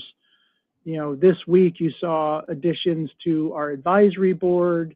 At FMS, you saw some very significant customers talking about the technology and how they could use it. So we'll have more to say as we progress with technology on actually shipping and release dates and all of that. But from where we were a year and a half ago, that this was an idea and a lot of research and some work that we thought it was a great idea, to where we are now, we've come an enormous distance, and we'll talk more about that next week. Okay, that's great. Thanks very much. Thank you, David. The next question comes from Jim Schneider with Goldman Sachs. Please go ahead. Good evening. Thanks for taking my question. When you think about the composition of NBMs you've already signed and the ones you may intend to sign, how are you thinking about the mix of desired customers you'd like to see across edge, hyperscalers, AI data centers, and so forth? And maybe can you talk about whether you're pursuing additional agreements with large hyperscalers beyond the ones you've already signed? Yeah, Jim, we're open to signing deals with companies that really meet the criteria that we talked, right? One is they need to be customers that are highly strategic, that they really value our products, and they're creating amazing products with those. We want customers that are looking at several years, ideally 5 years of agreement with growth, year-over-year growth. That's very important, because every year we're producing more bits as we introduce new nodes. So we want customers that grow with us, and we want attractive financials. So that's the criteria, but we're not close to any segment. As I mentioned, we signed deals with customers across data center and edge, and we feel great about that. In terms of the hyperscalers, and talking about specific agreements. I think it's not in our interest to be disclosing specifics about contracts, but we feel great about each of them. They are, as David said, long-term relationships that are getting to a level of details that we've never had before, from a technology, from a commercial point of view, and we believe that these relationships will last many, many years. So Jim, just a few more comments on that from my perspective. So first of all, we really started this journey just two plus quarters ago. Here we are with, a little bit more than 50% of our supply for fiscal year 27, which we're a month in now, is already committed. We understand the financials. We understand exactly where it's going. We already have POs for the year from those customers. In FY28, that steps up to 2/3, roughly 2/3 of our supply is already committed. We understand what the mix is. We understand what the economics are. So we feel like we've just made incredible progress here on, taking, a year ago, we were talking about visibility in this business of 3 months. And now we're talking over 4 years of committed financials and understanding the mix and working with, as Luis said, some of the most enviable companies in the world. So we feel really good about where this is at. And, we'll continue to talk to customers. I think one of the most interesting dynamics is some of our biggest customers are already coming back and wanting more, right, from just what they thought they needed 3 months ago. It's a very, very robust demand environment, especially in the data center. So we feel good about where we're at. But we're getting a lot of the portfolio spoken for at this point, and we'll be selective from here about how we add to it. But we're definitely still in deep conversations with additional customers. Thank you. And then could you maybe address capital allocation at a somewhat more holistic level? I mean, it's great to see the buybacks you've already executed in terms of the authorization, but how should we be thinking about your ability to do sort of more programmatic buybacks on sort of an ongoing basis, and maybe talk about the idea of a dividend if you've considered that? Yeah. So our priorities continue to be the same as what we've talked since day one, which is to first continue to invest in the business. And although that's a generic statement, you've seen us do that, right? Through our OPEX, through our CAPEX, through investments in Nanya, through our JV extension. So we continue to make our company more robust and more durable over time in any scenario. So we'll continue to do that. And I've talked about some of the numbers, some of the requirements to continue to invest in the business. Priority number 2 that we've talked, which is frankly completed, was to get a good cash balance, which we've done, and to get rid of our TLB, which is also done. So that priority number 2, we feel very good of where we are. And then really our role as a company is to return cash to our shareholders. We believe that at this point in time, and things may change, as time goes on, we believe that the best way to do it is to return cash to investors via share buybacks. So we started that journey very quickly in last quarter, and we continue that journey, and we'll keep you updated. But that's the form we believe it's better for our shareholders, more tax efficient, and probably the right thing for us to do at this point in time. Thank you. Thanks, Jim. The next question comes from CJ Muse with Cantor. Please go ahead. Yeah, good afternoon. Thank you for taking the question. I guess 2 questions. First, with pricing up modestly sequentially, can you help me understand why gross margins are guided lower? And then bigger picture, the challenge for semi investors is moving less of a focus on margin and EPS revisions, but rather buying into the durability of this cycle. So can you focus on why you're so confident in the securities of NBMs and that today's supply is limited and that will drive a durable and elongated cycle? Thanks so much. Good question. Yeah, so I'll start and Luis can add on. CJ, I think you answered your first question with your second question, which is we're focused on multiple things here, not just one. As durability is a big piece of it. We want to get, a fair return for our product. I think, mid 80s gross margin, I would characterize as a fair return. And then we want to increase visibility and durability of the franchise, right? We want to get this kind of, boom and bust out of it. It doesn't work for anybody. In 23, we were having very different earnings calls than we're having now. And, we want to get more consistent and deeper relationships with our customers so we can plan better and they can plan better. And so, we're executing what we said we were going to do last quarter. We're committing supply to customers that are willing to commit for years in advance at the economics we guided to last quarter, which Ben said earlier. We guided to about 80% gross margin.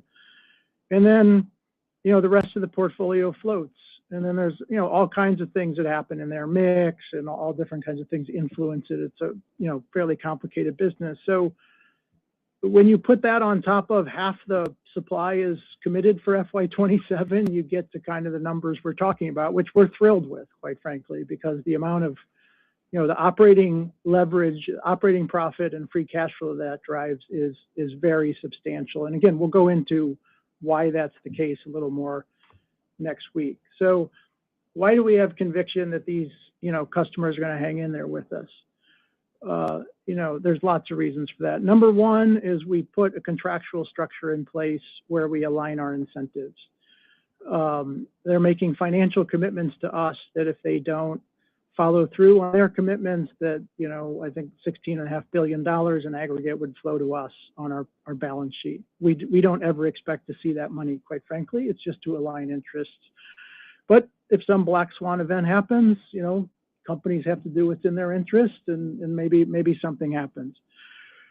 But more importantly, we're dealing at a very different level with our customers than we were a year ago. I mean, we are literally talking to the CFOs, the CEOs of the largest companies in the world.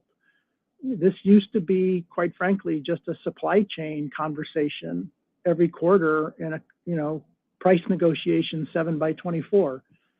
The business has turned into a highly strategic, Sandisk has incredible products that allow them, our customers, to build incredible infrastructure to serve the world with, things like inference, which is, we're just getting started on scaling. So it's, as somebody that's been in the technology industry for 35 or 40 years now at quite frankly, a very high level, the level of customer engagement we have is as high as any technology franchise I've ever been a part of. It's incredible. And so we believe that, we have pivoted to a highly strategic supplier to our customers. Their demand continues to grow. I think one of the more interesting things, again, I think I said it before, we've already have customers coming back for the second round of NBMs, a quarter in. And so that gives us an enormous amount of conviction that this franchise is set up for the long term. We have over 4 years of visibility now at economics, which are extremely attractive. And we're really looking forward to executing this business over the next several years.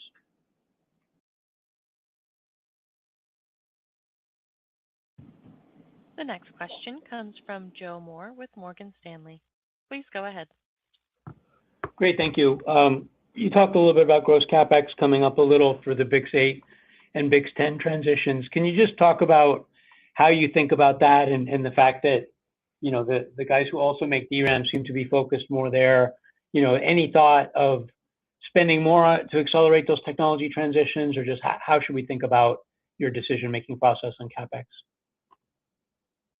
Yeah, so Joe, basically we continue to be committed to grow bits mid to high teens, right? And we're spending to that level. The reason why our dollar increases from one year to another is because obviously as you transition from one node to another, you will first take the easiest, right, or the cheapest transitions, and then you would go on and do the more expensive ones. Particularly when we had, underutilized the fabs in the prior year, we had some tools that could be reused, and we were in a good place on that spending. So we're very good We continue to execute the plan that we had. We believe that's the right plan to do it, that allows us to provide the bid growth that we believe is sustainable in the market. And we haven't changed that position. Now, this year, as I mentioned in my prepared remarks, it will be a little bit lower. I mentioned mid-teens as we continue to build capabilities for the new business models. We need to build a little bit of inventory just to make sure that we're always delivering on time. So that mid to high teens, which is our ongoing number, will be a little bit lower for 2027. Okay, so if we think about a $500 billion kind of industry number for next year, do you think you would, between the different puts and takes, kind of hold segment share relative to that? Yes, this year? that is correct. It's always our goal, Joe. Okay, great. Thank you. Thank you. The next question comes from Carl Ackerman with BNP Paribas. Please go ahead. Yes, thank you. I have two related, so I'll ask at the same time. Consumer revenue is down a bit this quarter. Is that allocation choice or demand driven? And how should we think about the dollar commitments of these contracts relative to the perceived consumer customer demand through 2028? In the absence of LTAs, how do we gain greater visibility on end market consumer demand? Thank you. I'm not sure if I got the last portion of that. Would you mind repeating that one, Carl? The consumer one first, Carl, and then we'll come back to you. So, sure.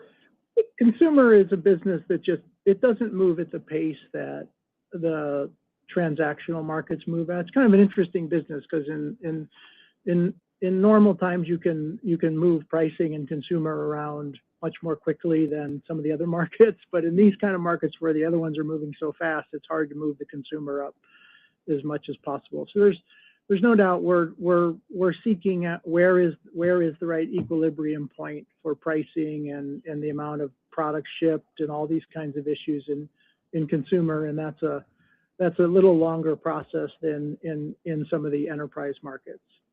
Luis, you want to add anything to that?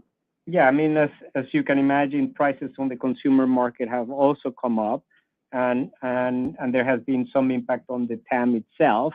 We're very happy with that business. It's going super well. We're very happy about our market share within that market, and we continue to be committed to drive that business.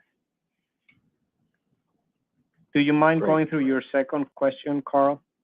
Yes, Luis. I was asking, you gave some very substantial numbers with respect to long-term agreements across your customer base. And I was wondering how we should think about the dollar commitments of these contracts relative to the perceived consumer customer demand of these LTAs. And in absence of LTAs, how do you gain greater visibility on end market demand for consumer? Thank you. Yeah, so the LTAs or the new business models are not related to the consumer business. If you are questioning whether the new business models were taking bits away from the consumer market, is that what you are asking, Carl? Oh, no. Yeah, I think we feel very good about the demand that our customers with NBMs have. Otherwise they wouldn't be increasing their demand to us just a few months after they sign their commitment. So if the question is on their demand, I feel very good about their confidence, their conviction on their demand as these numbers. I think they are actually being conservative as they make commitments to us as they come in and increase their numbers, just a few months after signing the deals. Great, thank you. Thanks, Carl. The next question comes from Aaron Rakers with Wells Fargo. Please go ahead. Thank you, guys. This is Michael Svednoff on Aaron's behalf. I wanted to ask, it sounds like you guys have significantly improved your visibility. You keep mentioning, greater than 4 years. So I'm curious with that and kind of your thoughts on supply growth. When do you see industry supply demand converging?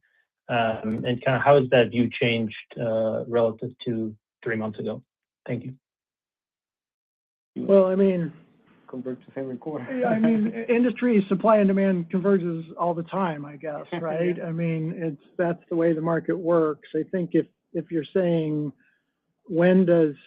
is supply going to increase so everybody gets everything they want at the price they want, that's a much more complicated question. Look, I think this is really, there's a lot into the question you're asking, and I don't mean to make light of it at all, because we take this very seriously. And this is really a big part of the NBMs. I think the thing that we've struggled with is to understand what is demand 5-10 years from now.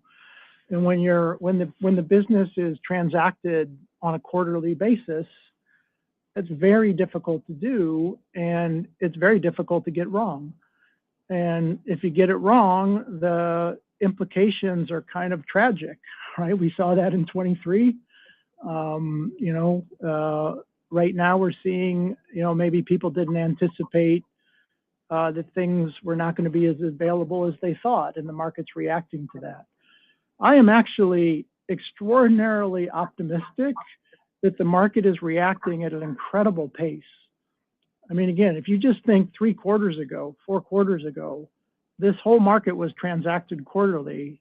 And now we're sitting here saying we have 4+ years of visibility, and we have customers signing up for 5 years of demand.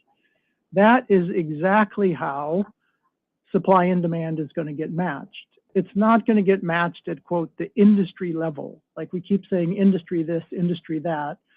It's going to get matched with customers and suppliers having deep discussions about supply and demand, and how do we get those aligned. And I think we've taken 2 very big steps down that path over the last couple of quarters. As I said earlier, the level of strategic engagement with our customers, it is difficult to comprehend how advanced it is versus where it was 2 or 3 quarters ago. So I think we're making incredible progress on this, and we're going to follow our customers. That's the simplest way to kind of run a business, right? We have customers. We now have relationships with 8 customers that are some of the, they're just incredibly large customers, and they're going to give us visibility of what their demand is. As I say sometimes, they need NAND, we build NAND, right? It's a match made in heaven. We just need to get the economic model figured out, and we are making extraordinary progress on doing that. And I expect that that's going to continue, and we're going to continue to have those discussions, and that will inform our investment decisions. Thank you. The next question comes from Blaine Curtis with Jefferies. Please go ahead. Hey, good afternoon, guys. I had 2 questions. I want to ask on Edge. Obviously, the PC smartphone markets are, probably going to be down for most people in the back half of the year. How are you thinking about that segment? And I guess, can you just speak to the strength you're seeing? I know it's broader than just those end markets. So what is going well, and how do you think about, the markets that'll be down over the next few quarters? Yeah, I mean, they're great markets, first of all. Again, I've said this before, this is one of the great things about the NAND business. It's got tremendous diversity of markets. Smartphones, PCs, very, very important. There's no doubt those markets are adjusting this calendar year. And we said it in the script, we expect them to stabilize next year. But we see units down mid-teens for both smartphones and PCs this year. But we still see, in smartphones, we see average capacity up significantly, mid-teens, and in PCs we see it flat. But then next year we see, units flattening out in both businesses, both markets, and then average capacities going up. So we see the market adjusting this year, and then next year return to overall exabyte growth across both. So again, the market's adjusting to kind of the reality of where the way the industry works now, and I think it's happening pretty quickly. Thanks. And then I just wanted to go back to a prior gross margin question. I'm trying to understand, the margins are down modestly, but pricing's up. I just want to understand, is it the impacts of these new business agreements that's kind of, capping the, leading to the modest growth in ASP? And then even with that, is there any other factors that are contributing to gross margin in September? Yeah, I would not assume that our new business models are a drag on gross margin. They're good margins. If you look at where we come from, right, the last 5 quarters, we've expanded gross margin every single quarter, starting with 22.7 all the way to 86.5. So we feel that we're driving gross margin. We believe it's one of the most important metrics to drive the financial health of the company. Now, if you look at, some of the reasons on the math that you're questioning, right? I mean, there's some mix. There is the high end of the guide is 85, right? And so it's a little bit off versus what we just printed. And we're making some prudent assumptions, if you wish, on component cost and other things. And when we factor all of that in, we believe that the right guidance to give you is somewhere between 83 and 85%. So slightly down, slightly up from what we printed this quarter, driven by all these factors. Thank you. We ask that you please limit yourself to one question. The next question comes from Wamsi Mohan with Bank of America. Please go ahead. That was kind of timely to go to one, but I mean, Wamsi, you got stuck with the one question, man. well, I will ask a two-part single question. Okay, there you go.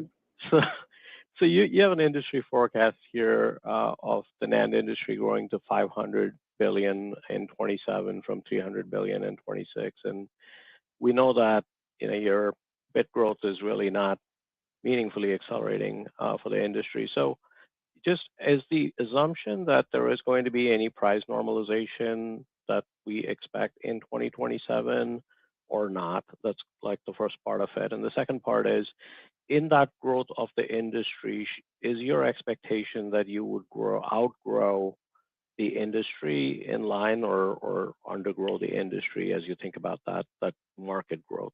Thank you so much. We want to grow with the market. We plan to grow with the market.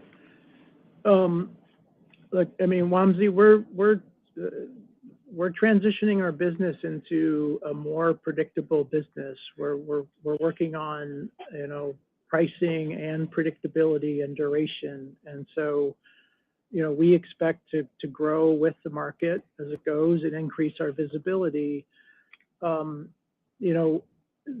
We continue to see very robust demand through the end of 27 and into 28. I mean, customers are giving us demand signals for all the way out to the end of the decade at this point. So, I don't know what more to say about it. We're going to grow with the market, and as we grow with the market, I think we're turning in market-leading profitability. And we've got our bit growth plans. As Luis said, we're going to be carrying a little more inventory as we go into these NBMs, which will have an impact on growth in the near term. But we continue to see a very robust market, and it gives us this opportunity to both continue to drive significant profitability of the business and increase the duration of our visibility very significantly. Okay. Thank you, Dave. Thanks, Wamsi. The next question comes from Asha Merchant with Citi. Please go ahead. Oh, great. Thanks for squeezing me in here. David, I think in the past, Sandisk has talked about, the KV cache opportunity.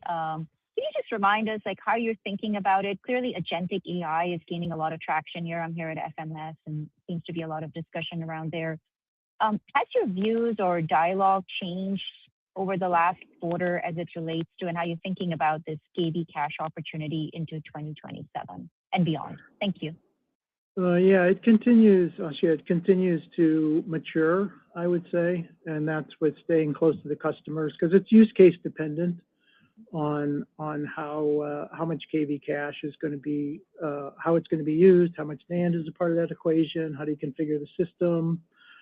And we continue to do an enormous amount of research in this area. And you'll hear more of that next week.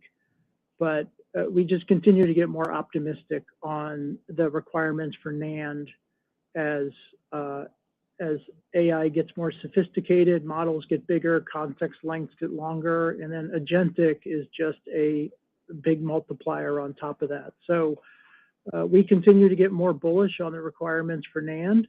And again, this is why I'm going to keep going back to the same theme. This is why it's so important to stay close to our customers, because I am a very, very big believer now that the customers are driving the requirements in this market. It's not what the suppliers are coming up with on different architectures and those kinds of things. Now we're talking about scaling inference globally. And that is very, very difficult. And to do that and understand exactly how that system is going to work, you need to really understand the use case. And that's different for each provider.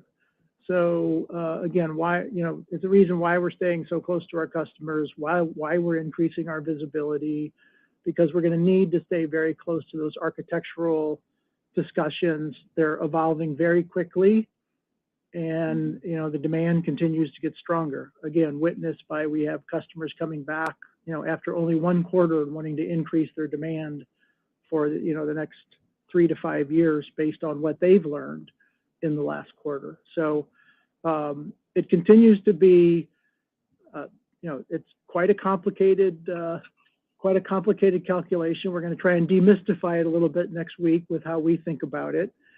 And it continues to be a very strong story and getting stronger.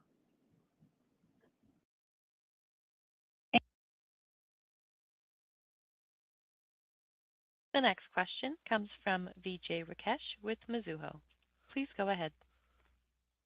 Yeah, hey, David and Louis, just a two-part question here too. When you look at the BiCS10 and high bandwidth flash, wondering if you're seeing any price premium on that, and how should you look at the price premium versus conventional NAND, I guess. And then you mentioned that 2027 growth, you should be in line with industry. What would drive the upside for you, I guess, versus the industry growth? That's it. Thanks. I think it's a little early to talk about pricing on some of those nodes just yet, right? And some of that technology, but we'll keep you updated on that. We're certainly very proud of the technology. BiCS10 is a great node.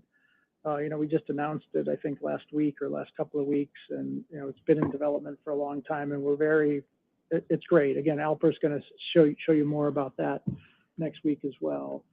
In high bandwidth flash, we continue to have deep engagements, both with cloud customers and device customers, about using that technology as an inference platform.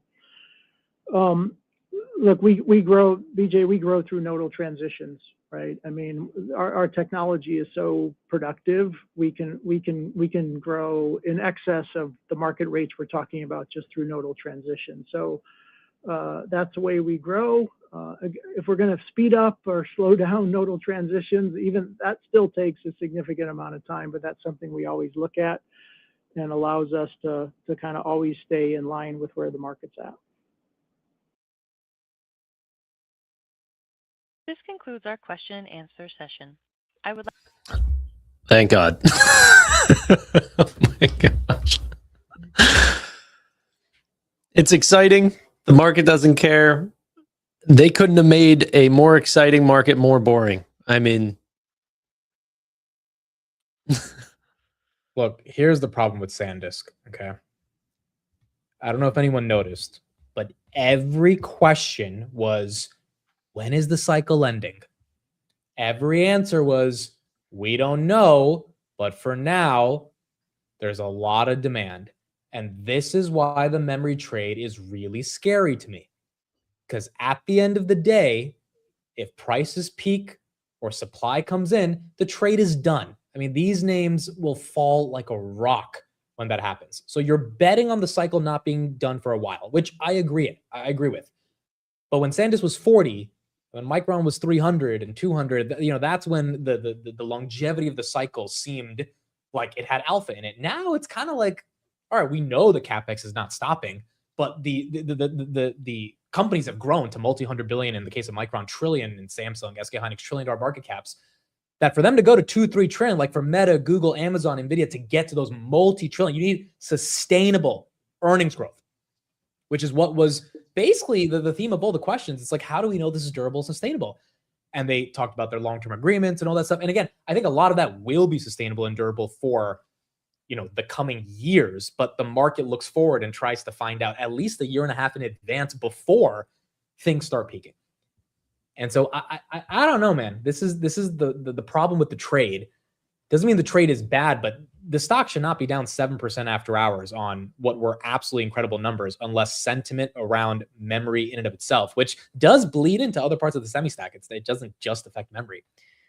That's an issue, man. That's an issue I don't think can be ignored. Do you feel the same, Tanner, or you have a different? Well, I mean, this is not being priced as a traditional company growing at this rate. Not only are people not pricing in 370% year-over-year growth on revenue, which is what we're seeing here, but the forward PE on this company is still less than 10 times, right? So while I do agree that there is going to be a boom-bust cycle, it almost is being priced as if that's going to happen. So if we're going to continuously see this market grow from 200 billion or even less than that to 300 billion to 500 billion, and data centers make up a larger and larger share of that overall spend, the cycle does seem longer than I think what people are giving it credit for.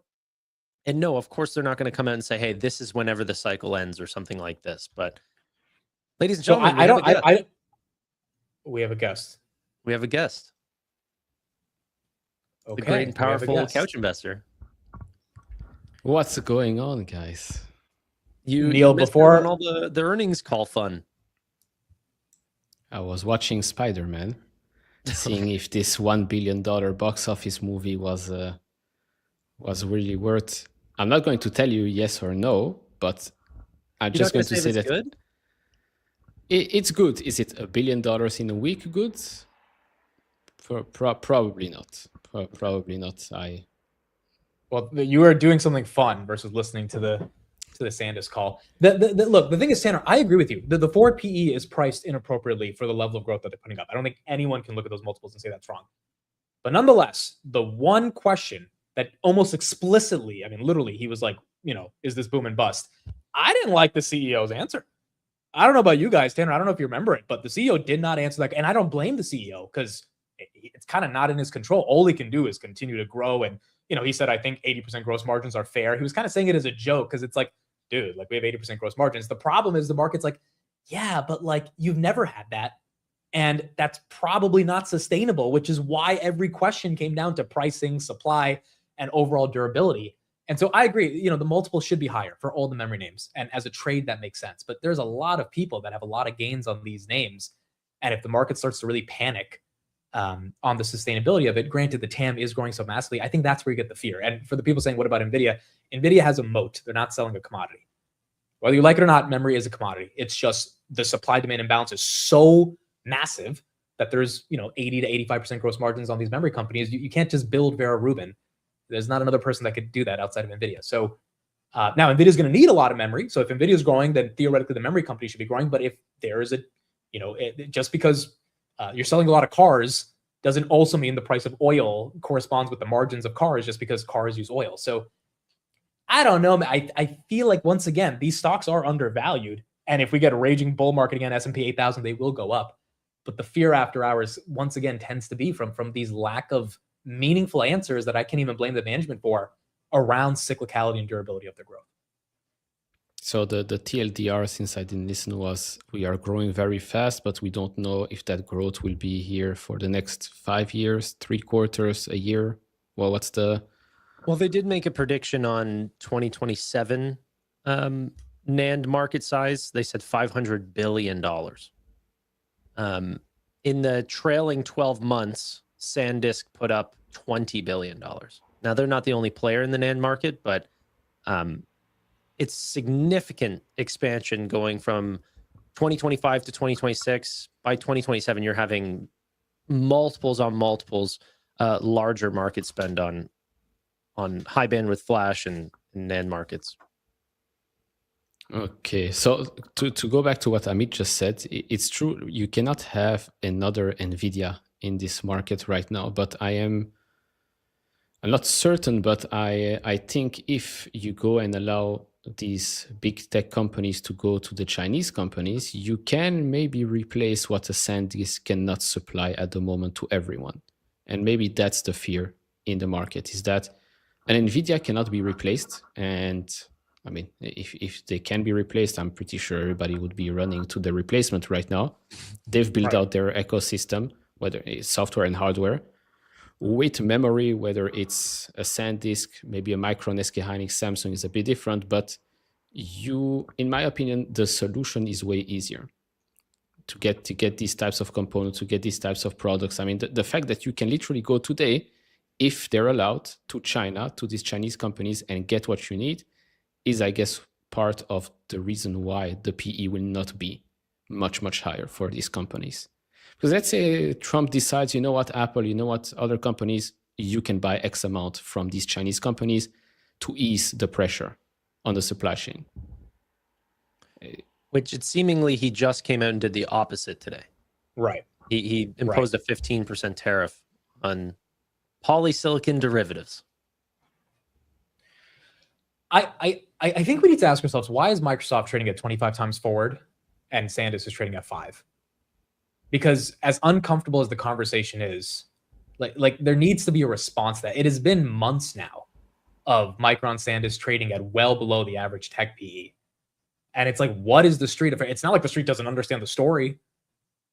I mean, it's not like the street is crazy. The stock was at 40. It's up thousands of percent. Like, there is a reason for why that multiple is this discounted. And I don't know. I feel like that reason once again comes to the fear. Now, if SanDisk rockets all the way back up to 2,500, maybe Figure comes out in the robotic space and says, we think there's going to be another 10 years of memory needed because we're going to have 2 billion robots. And like, you have real evidence of that. Because I know Jensen has said that to an extent, but like, that elongates the cycle, which once again, if the cycle is going to go much longer than what we all think, way more than 4 or 5 years, because again, you got to discount 2 years before the market prices it in. If it's going to be 10 years, then we have like 7 years. Then it obviously should be a $3,000-$4,000 stock just based on where that future growth is coming from. But if the market doesn't see that happening, then I don't know if that multiple easily comes back. Because the market is on, I'm not even going to say it's on the other side of the trade, because I mean, this thing has gone up like a rocket over the past 12 months, 18 months or so. But the market is thinking about, okay, 2027, you will have a lot more supply coming online. Right? Everybody is going to increase supply, whether it's a SanDisk, a Micron. Mid-27 is where Micron starts to really expand the supply.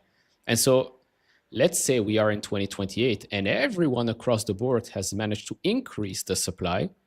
The demand can still be there, but by then, all of these players, I assume they will be optimizing for efficient memory use, which might mean, yes, the demand might be there, but might not be as big as previously expected. I'm just trying to speculate. I own Micron, Tanner, I own Micron, you own Micron. So this is where the market is now. It's okay, maybe revenues will continue to grow, but whatever flows to the bottom line might not be as much as today, a year from now, 2 years from now. Does that mean they have to trade at single digits PE? That's Yeah, I mean, even then, though, whenever you look at what Wall Street today, not what they will revise for tomorrow, is expecting net income just for SanDisk to continue to expand. And they've been very conservative on this name, I think, for the most part. Like, the stock had appreciated so quickly, but if you look year over year, they went from doing negative 23 million in net income last year, this June quarter, to this quarter doing 6.9 billion. Negative 23 million to 6.9 billion. But Tanner, the stock is also up like 30x. It's not like that hasn't been of course. But what I'm saying is, if this is the new paradigm and they are putting up, as Wall Street's expecting, $8, $9, $10 billion of net income per quarter going forward, you don't even need margin expansion. Let's take a 10 forward PE, and the cycle continues to get pushed out 1 year at a time, and they continue to deliver on that expanded amount of growth. Well, then trade it at a 10 times PE, be a little bit cautious on the side, and let the earnings be able to buy back stock, give dividends, M&A, whatever you got to do. That alone will appreciate the stock going forward. So that's another question I have. I'm curious if your guys is taking the chat's take. Are buybacks really the bull case here when the cycle starts to peak? Are buybacks the peak? No. You just said they can buy back their stock. Is that why you buy Sandisk for the next few years? Because they're going to just do a bunch of buybacks? Well, no, I think that you hope that an investor buys it before the company has to, but it's a good backdrop of saying, hey, if no one buys NVIDIA, then NVIDIA will buy NVIDIA.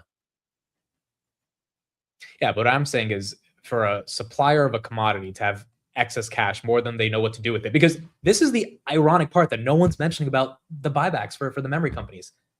They can build new fabs and invest in growth. But then that messes up the supply. Like they're in this game of chicken and egg where like if they build more supply, the demand fizzles out or at least normalizes. I think so. So Elon talked about this on the SpaceX call. You know, I think a lot of people, whenever they talk about supply coming online, that they think like it's like 5x supply coming online. And Elon said there's a 20% increase in supply.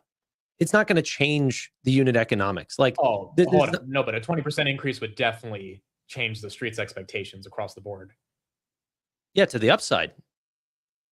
There'll be 20% more sales. Yeah, but prices would come down. Yeah, but do you think that's proportionate? That the margins come down 20% as the supply comes up 20%?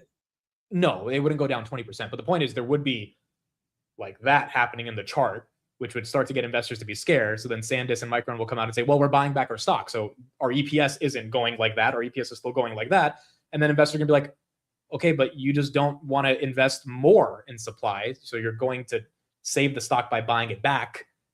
I just feel like it's different when Apple buys back their stock because there's something long and sustainable there versus Sandisk.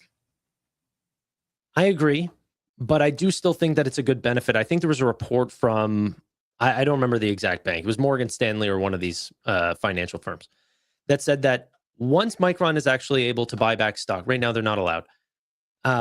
By 2028, they could buy back like 40% of their outstanding shares. This is not a 5% buyback. They're talking about buying a substantial percentage of the outstanding shares. That does artificially, or however you want to phrase it, increase their earnings per share. Your ownership in that company drastically increases. And so they can buy back as many fabs, buy as many fabs and increase supply as they can, whatever they believe is good for their business overall. But buyback is still a good lever for these companies that are making way too much cash that investors don't believe will be sustained over time. I don't disagree with that. I just think perceptually, we've never had memory companies do this level of buybacks. I mean, you're basically talking about buybacks in the hundreds of billions. The only company that we've seen do that at scale is Apple. And like Apple is a bit different than a supplier of memory. So I don't know, like, yes, it will keep the EPS up and theoretically your ownership will increase because the shares will go. But like after those buybacks, what's left? If all the supply comes online and prices have peaked, what are you buying these memory companies for? You know? Well, I don't think that you should buy it if you believe that there's going to be a significant drawdown in average selling prices and that, you know, over time that their earnings will collapse. I think the people who are buying it at today's prices need to believe that this is going to sustain for multiple years. That we are looking at like a shift in the way that we price memory because our needs are higher. That's how you have to. Right. Do you think Micron will still have close to 85% gross margins 12 months from now? Well, I mean, yeah. 12 months from now, yes. 24 months from now, maybe not. But will it be high 60s, low 70s? I mean, I would still be extremely happy with that. That's, you know, yes, almost NVIDIA margins. Correct, but it would still be a big drop, which the drop will be perceived as, but the dollar amount that will flow to the bottom line is probably still going to get bigger just because the revenues increase. Right. Way more. But I don't know. The fear is probably that margins will peak. So the market thinks profitability has peaked, everything peaked, blah, blah, blah. But I do still think that revenue-wise, they can still increase. I mean, what's his name from Grok with a Q? Jonathan Ross talked about the fact that, right, if these memory players cannot figure it out, the industry will figure it out. which Yeah, but like, is that why Elon just signed long-term contracts with Micron? you can sign long-term contracts with Micron to be safe and still work on a solution to make sure that you don't need too much memory to keep ordering more and more in the future at super high prices. Could be, but yeah, it's a question I guess we will still have 12 months from now, right? Do these companies deserve a 20 times PE or something like that because they're growing super fast or not? Will they get it? Will they not get it? I don't know. For now, even without getting it, they've been going up like crazy over the past 12 months. So it's not like they need it. And I mean, other than buybacks, I do wonder what the heck they're going to do with all that cash. I also think there's a perception thing. So if Micron had a 25 times forward earnings right now, which is similar to tech companies that they're growing way faster than, stock would be worth $2 trillion. I think companies can get to high market caps, but for companies to stay at high market caps, I mean, there has to be a fundamental positioning of their story over a long time that people really buy into. I think this simply comes down to if Micron gets to 2 trillion, Sandisk gets up to 1 trillion, then you have to believe this memory demand from a price peaking perspective, from a supply demand imbalance perspective, and then from a broader like AI legitimately, Jensen said last week, the semiconductor industry should 10x. If that happens, Micron could be like a $5 trillion company. Like if that really is what takes place. But every time you get a little bit of data out there into the world, last week it was from Asia, Sean Kim from Morgan Stanley saying, look, our checks are showing that these prices are going to stall out by end of 2027, early 2028. There will be more supply. Immediately, you ask yourself, am I going to pay $2-3 trillion for this company at this moment of time? And by the way, it's okay for things to be a trade.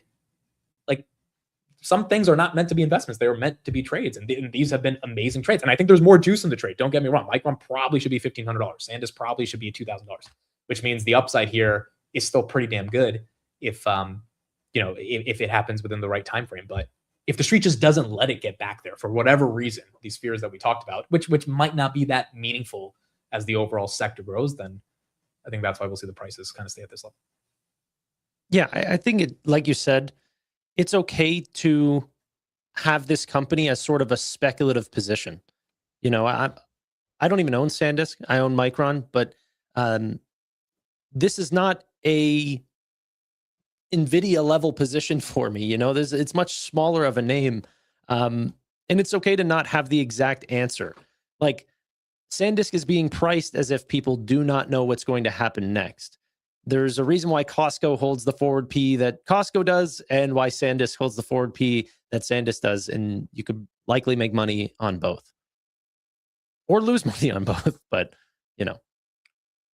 This is what Gavin Baker just came out and said about the memory stocks.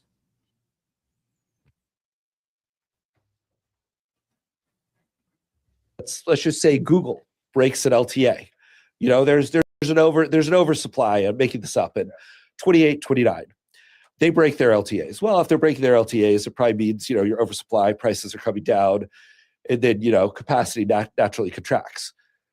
Well, like, what do you think is going to happen to Google's allocations? And then this is a cyclical industry, and oversupply is followed by undersupply.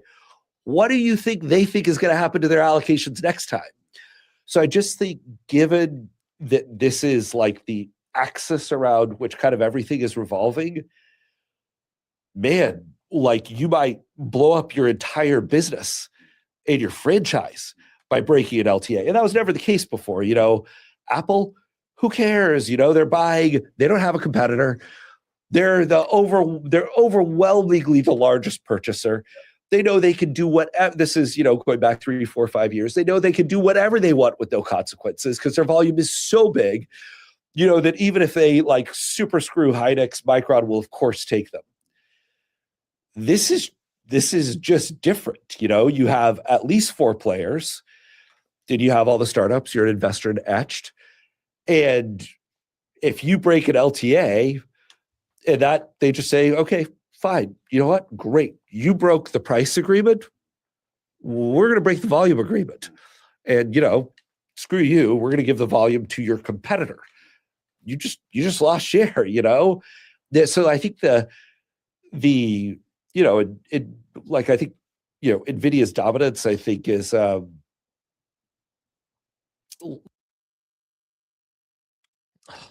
what a terrible time for that to cut out. I think it's a fair argument, and that's why the LTAs are very strategic. And I don't think the hyperscalers are going to break them unless the hyperscalers think they can get better pricing. Like, you break your long-term agreements if you think, dude, why am I paying 80% margins to Micron here because I could be getting 70% from SK Hynix? So, so it's like, but again, that depends on the nature of the actual supply-demand imbalance of the entire memory sector. So I just feel like to own these names right now at these low PEs, you have to be very confident the cycle has not peaked, or that the perception of the cycle is not peaking, which I think we can kind of say, yeah, it hasn't, because there's a lot more room for AI to grow, which is why these stocks are at very attractive valuations. But once again, if we're trying to make sense of why the prices are not reflecting what they obviously should reflect if you were to pay a regular price to earnings, not even at 50% of a regular price to earnings, not 5 times, but maybe 10, 12 times, these stocks would double. And that's just not what's happening right now. And Micron is still expected to 3x revenue over the next, fiscal 28, they're expected to generate over $260 billion. They've done $90 billion over the last 12 months. So I don't know, it's a very, very interesting story. And again, like Tanner said, you don't have to make these types of names 20% of your portfolio for it to actually make sense for you. Yeah. Yeah. I don't think there's going to be a lot of LTA breaks. I didn't really think about that from Gavin's perspective. Like, these companies are playing multi-generational games. They're trying to win way past what the CEO's timeline is. You're not going to be breaking your LTAs. You have a long relationship with Micron way past this initial cycle. That too, I would imagine that a lot of these are take or pay contracts, and you're going to be paying with or without taking the chips regardless. So Sandisk is going to be pretty insulated, and so will Micron. Yeah, and theoretically, again, to your point, if supply is growing, demand might just grow even further than what supply is growing. So that keeps the dynamic in place. Look, NVIDIA's results will be pretty telling for how much the overall semiconductor index demand continues to persist. And once again, if there's not massive innovation in memory over the next couple of years, then theoretically, those long-term agreements should be followed through. Those margins should be somewhat stable, and these stocks should ultimately re-rate higher. So I don't think it's a question of anything that's bearish around the actual fundamentals of these companies. It's just when we're trying to analyze why the stock market is not giving them any premium compared to what they had even a month ago, it goes back to the boomer bust cycle being fake or real. And maybe the market switches their mind next month and we get back to much higher premium. You know that NVIDIA could potentially post 100% year-over-year growth? They will post 100% year-over-year growth. And I called this 6 months ago. It's going to happen. Don't even put it into the sphere that it might not happen.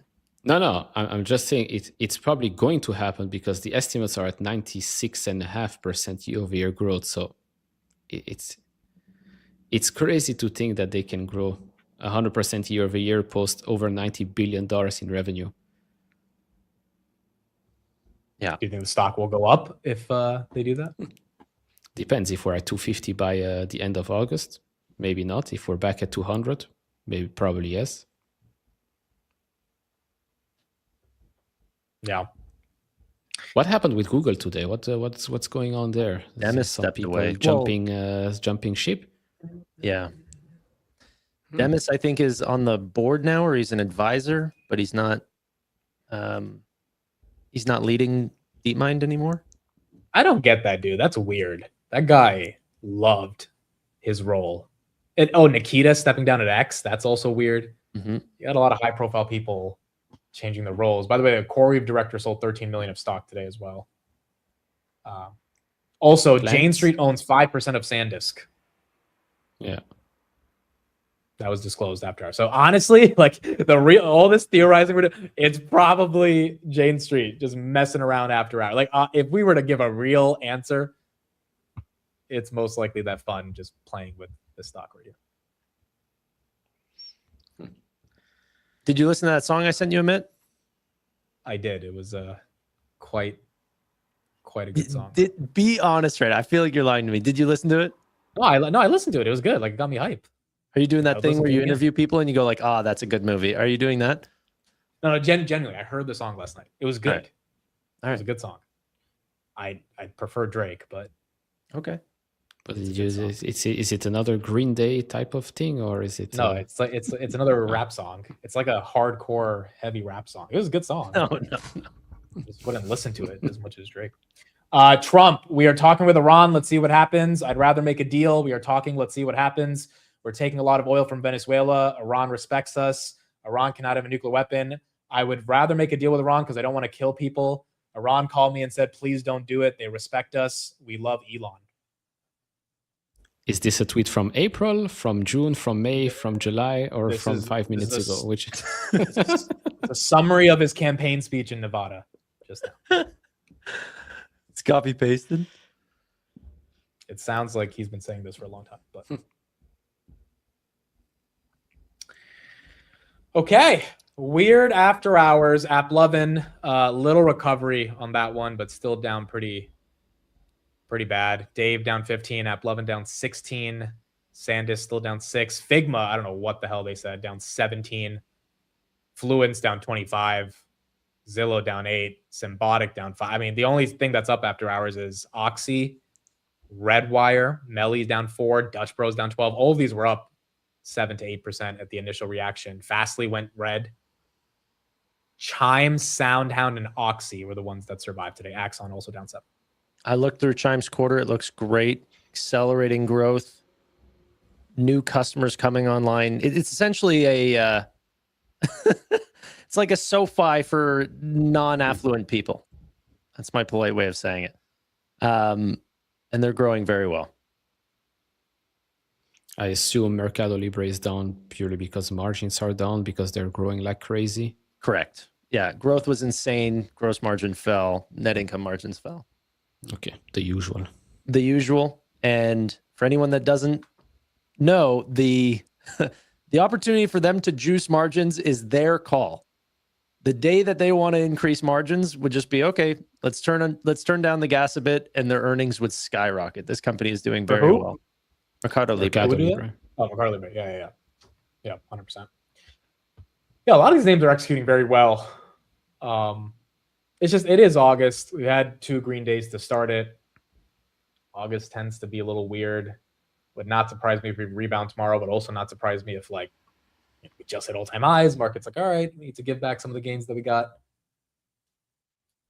But yeah, it's a the moves have weird been time.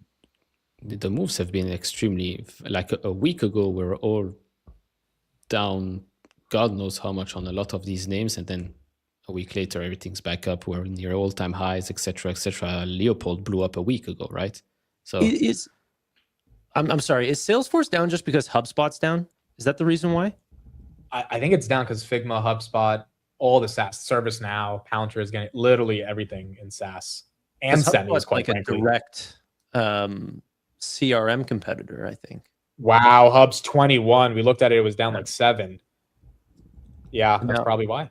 Now Salesforce is down 5, and the chart almost looks identical. Well, obviously, one's a little bit more ServiceNow is drastic. also down 4 almost. Yeah, it's got to be it. Yeah, but then Nebius, CoreWeaver down because of sand. Like this is, the market's going back to like everything goes up, everything goes down together, not different sector. I mean, literally everything was up today, green. Semi, software, hyperscales, everything now down after hours because of Sandisk and the SaaS names getting hit. Yeah, but Nebius Guys, is still up today's. I was just saying 50%. today's Wednesday, so there's no technical Tuesday. I remember Jason is traveling, so people really love their TA, bro. Everyone's like, no, it's male astrology, and everyone's like, where's technical Tuesday? Today's Wednesday, so we'll have it next week. Yeah. Fluence down 30%. Look, SaaS had a good week and a half. It's got to give some back. Someone said, why did Palantir not go down as much? Do they have a flawless quarter? I think the answer is yes. Like literally, you have to have a flawless quarter in this market to not have any. I guess Figma Fastly, there's some flaw that the street found, which is why it flipped red. And that's why if you took an earnings gamble on Palantir, it really paid off, because like a 30% move was a direct result of pure flawless execution. And not every company's doing that. But if SaaS starts to take a hit, then Palantir might take a hit as well. AppLovin starting to climb back. We're still down 15, almost 16%, but I don't know what was said on the earnings call, but that one can be swayed during the earnings call. I've really noticed that. Adam's come out and talked about his predictions of the future, sort of given, non-direct guidance. and Wall Street has definitely responded to that. We'll see where this opens up, but it could definitely be very different than where it's sitting at right now. Someone said their Axon platform had a technical issue with distributing the ads, and that has been resolved. So that also could have been a reason. Also, while we were looking at numbers, we had the one guy talk that you kind of don't want talking, and I'm not talking about Trump here. It's this guy, and he ended up saying some stuff that, once again, the market might be a bit afraid of. You recently told our former colleague Wilfred Frost in a podcast that you wouldn't be a buyer of treasuries, you wouldn't be a buyer of equities at these levels. Why is that? The treasuries, I just said. I like already embedded in the marketplace, there are people's assumptions about inflation. My guess is that there's a higher odds for that than the other ones. Equities, I shouldn't have said it that way. There are always equities you can buy, but asset prices are high. So stock prices, however you measure them, in the top 5 or 10% of all-time measurement, but at any point in time, a stock could be a good buy. And that's true globally. So, you look around the world, no, you shouldn't speak generically about stock prices. So, a lot of people have criticized market structure right now, levered ETFs, positioning, and so forth. How concerned are you about the proliferation of levered ETFs on single stocks? Well, leverage ETFs on their own are quite small. So I'd say not really. But there is what I call market leverage. Prime broker leverage, hedge fund leverage, ETFs leverage, treasury arbitrage leverage. I'm double counting some of that. So the market leverage is pretty high. Now, of course, we manage it client by client, and so you've seen disasters that, people lose a lot of money, nothing really happens, they just unwind it. But when you have that, you do have a higher chance that something will disrupt the market in a quick way and people get rattled over it. And so that is a little high. And I just saw the Fed today is going to be looking at private credit. Again, I'm not worried about that systemically, but there may be some issues that the Fed should be looking at. Going back to the leverage that you're talking about, obviously a big high-profile example of that was situational awareness last week. JP Morgan was one of the bigger prime brokers to situational awareness, which was a now collapsed AI-focused hedge fund. How much more stress do you see out there? It's still there, by the way. It's that they unwound Just all that. Smaller form. I think that market handled that very well. But when I talk about leverage, margin debt is the highest ever been. There's a lot of margin debt you don't see because it's not called margin debt, it's called other things. So it's that kind of leverage, some hidden, some public. We see a lot of it, and it's high. It's not, I'm not going to say it's systemic high, it's going to cause a disaster, but it's high. The worst thing is if you have actual losses in the marketplace, which would happen in 08. It wasn't the leverage, it was the amount of losses that were going to be realized on mortgages. All right. So Diamond after hours talking about excess leverage in the system. I think we got a lot of it out in July, but there's probably still a decent chunk of it left in the market. Okay, I think that's it for us, folks. Tomorrow we still have a bunch of earnings as well. In the morning, Celsius, D-Wave, Oster, Datadog, Warner Brothers, Unity, Constellation, Peloton, Hertz. After hours, Airbnb, Trade Desk, Lyft, DraftKings, Red Cat, CleanSpark, Rocket, Texas Roadhouse, Dropbox, Instacart, Twilio. There's a lot of AAOI, tons of companies tomorrow. So yeah, we'll have a lot to discuss tomorrow as well. Really excited to see what Datadog puts up, but no money on it. Just very interested for the software names. I'm interested in Celsius. The amount of people that are saying Celsius is the buy here. One of my friends yesterday was saying, he's like, dude, this is free money at $29. I don't have a position, but I'm curious if they can reaccelerate growth. And the stock was $100 a year ago. So Datadog is at all-time highs. Datadog's at all-time highs. They position themselves very strongly in terms of the perception of them and software in general for AI infrastructure. If you're a girl in your 20s or 30s, reach out to Celsius and they will send you cases for free constantly. Did you try it out? Yeah, well, not me. My girlfriend and her friends get sent cases of Celsius for free every month for God knows what reason. She doesn't even post about it. They and new like Alani new. Yeah. They just send girls cases of free drinks. So that's their That's why the marketing stock is down, bro. They're losing margin on all these free drinks. Yeah. All right. That is it for 5 us. Thank you all hours for being streaming. here. Yo, Tanner, you did 5 hours straight. Being a champ, dude. We're going full time now. Amazing. All right, guys.